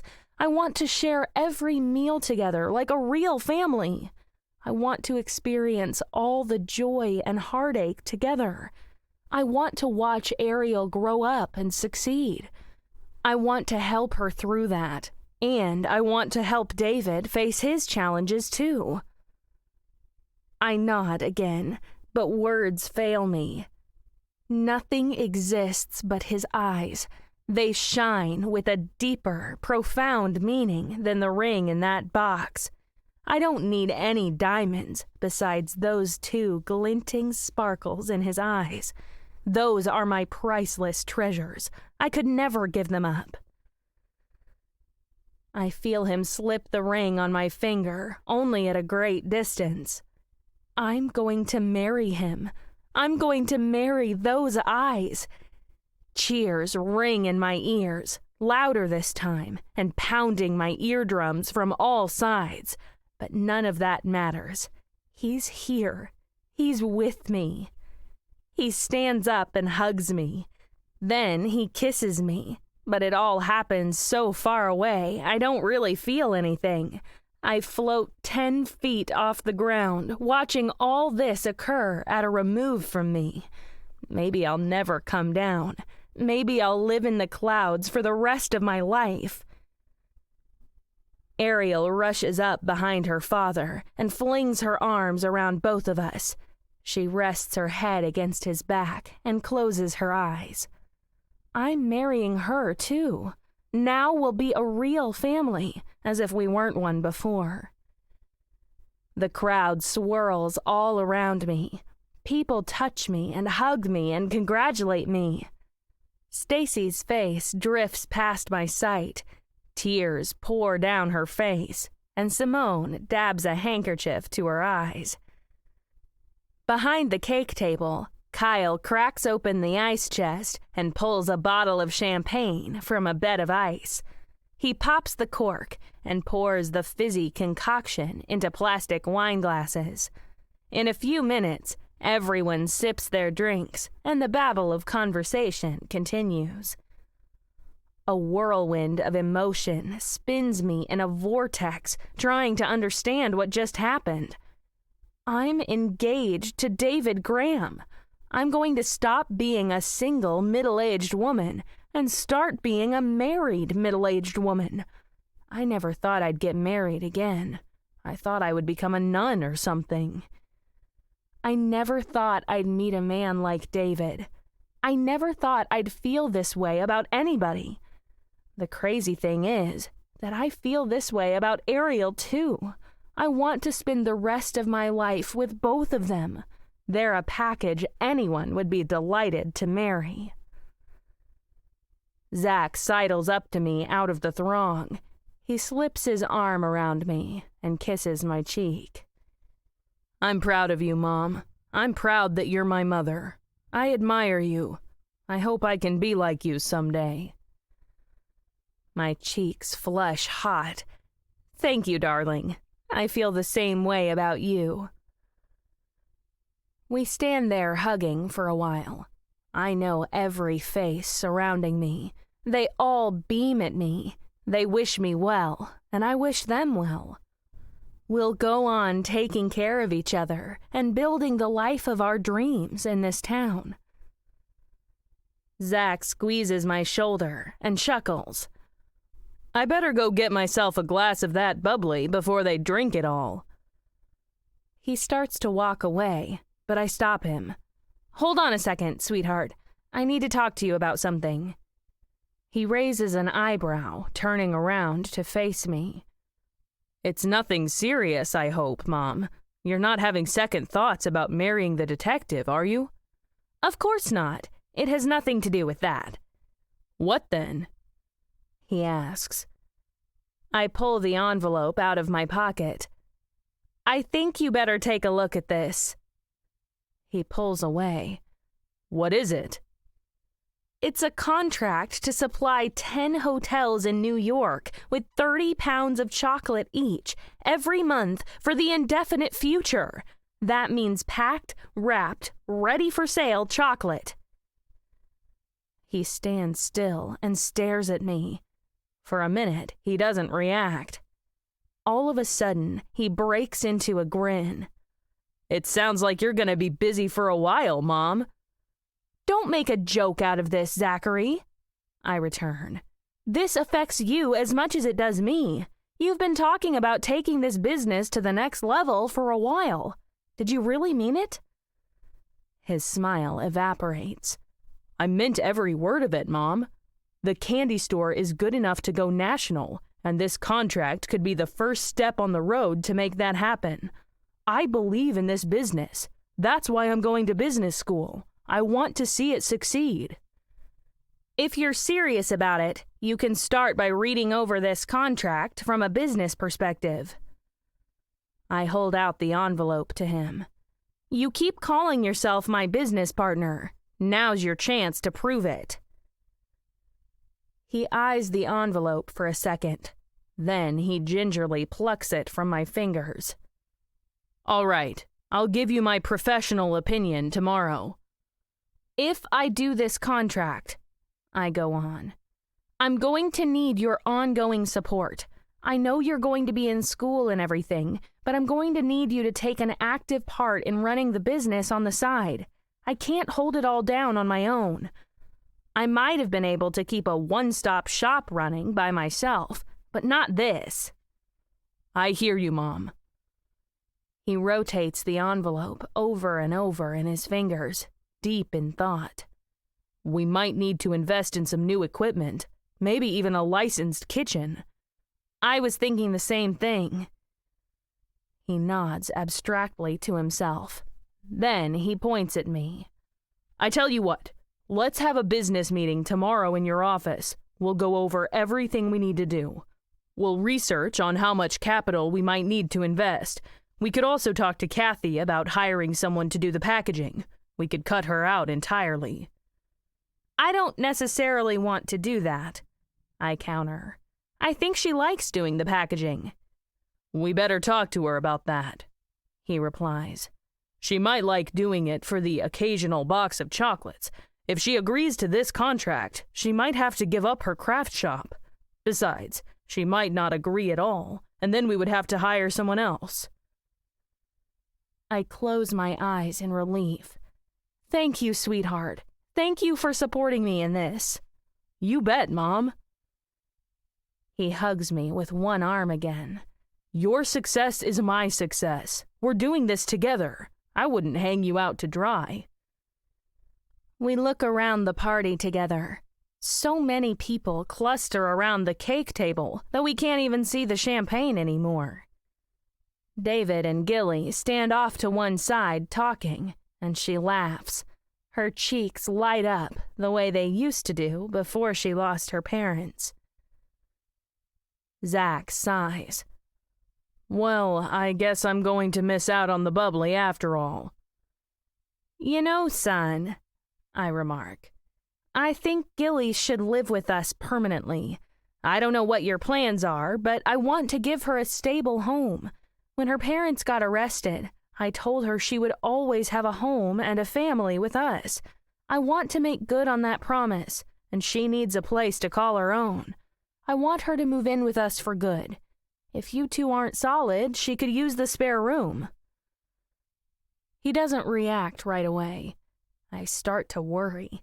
Did I overstep my place? Just then, he swivels around and plants a kiss on my temple. I'm glad you feel that way, Mom, but I have a better idea. He breaks away and strides a few paces forward. He picks up 2 stainless steel spoons from the salad bowl. He bangs them together to make an annoying clang. Excuse me, ladies and gentlemen, he calls. Can I have your attention one more time, please? Everyone turns around to look at him. He takes a deep breath, swells out his chest, and raises his voice.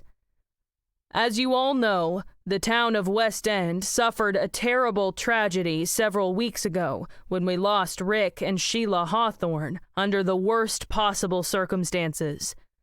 Since then, a lot of things I wasn't sure about became clear, and the one thing that became the most clear is that my mother Margaret and I want to give Gilly a home to call her own. We want to give her the family and the sense of place that she lost. And the best way I can think to do that is this. He pivots around to face Gilly and drops on one knee in front of her. He pulls a ring out of his pocket and holds it out to her. Gilly Hawthorne, you've made me happier than I ever thought I could be. Please, will you let me return the favor and make you happy? Marry me, and I'll dedicate my life to giving you the happiness you deserve. A shining film of tears covers her black eyes, and her hands fly to her mouth. She screams. Then she jumps on him and wraps her arms around his neck. She jerks him half to death, leaping up and down, screaming in his ear. For a minute, no one can understand what she's saying. As suddenly as it started, she pulls away and holds out her hand to him. He slips the ring on her finger. The townsfolk close around them too, and I get shunted to the periphery. Somewhere in the middle of all those bodies, my friends and neighbors are congratulating my son on getting engaged to the greatest woman on the face of the earth. I can't imagine a more perfect outcome. If I ever dreamed Zach and Gilly would get married, I would have been in heaven. I never dreamed about it, though. I never knew Zach considered it. David materializes at my side and puts his arm around me. Should we make it a double wedding? I chuckle to myself. I don't know if that's such a good idea. We can ask them. I crane my neck to study him. Did you know about this? Zach asked me. He planned to ask Rick for permission to propose, but after Rick and Sheila got arrested, he wasn't sure who to ask instead.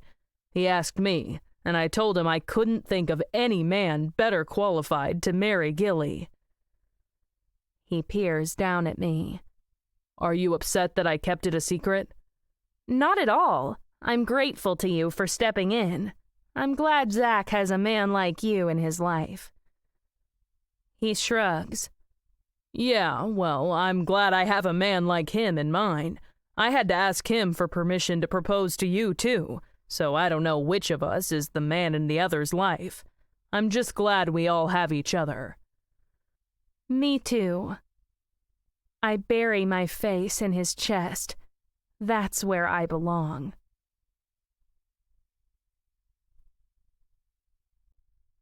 This has been 3 Sweets to the Wind by Wendy Meadows. Narrated by Lily Jane.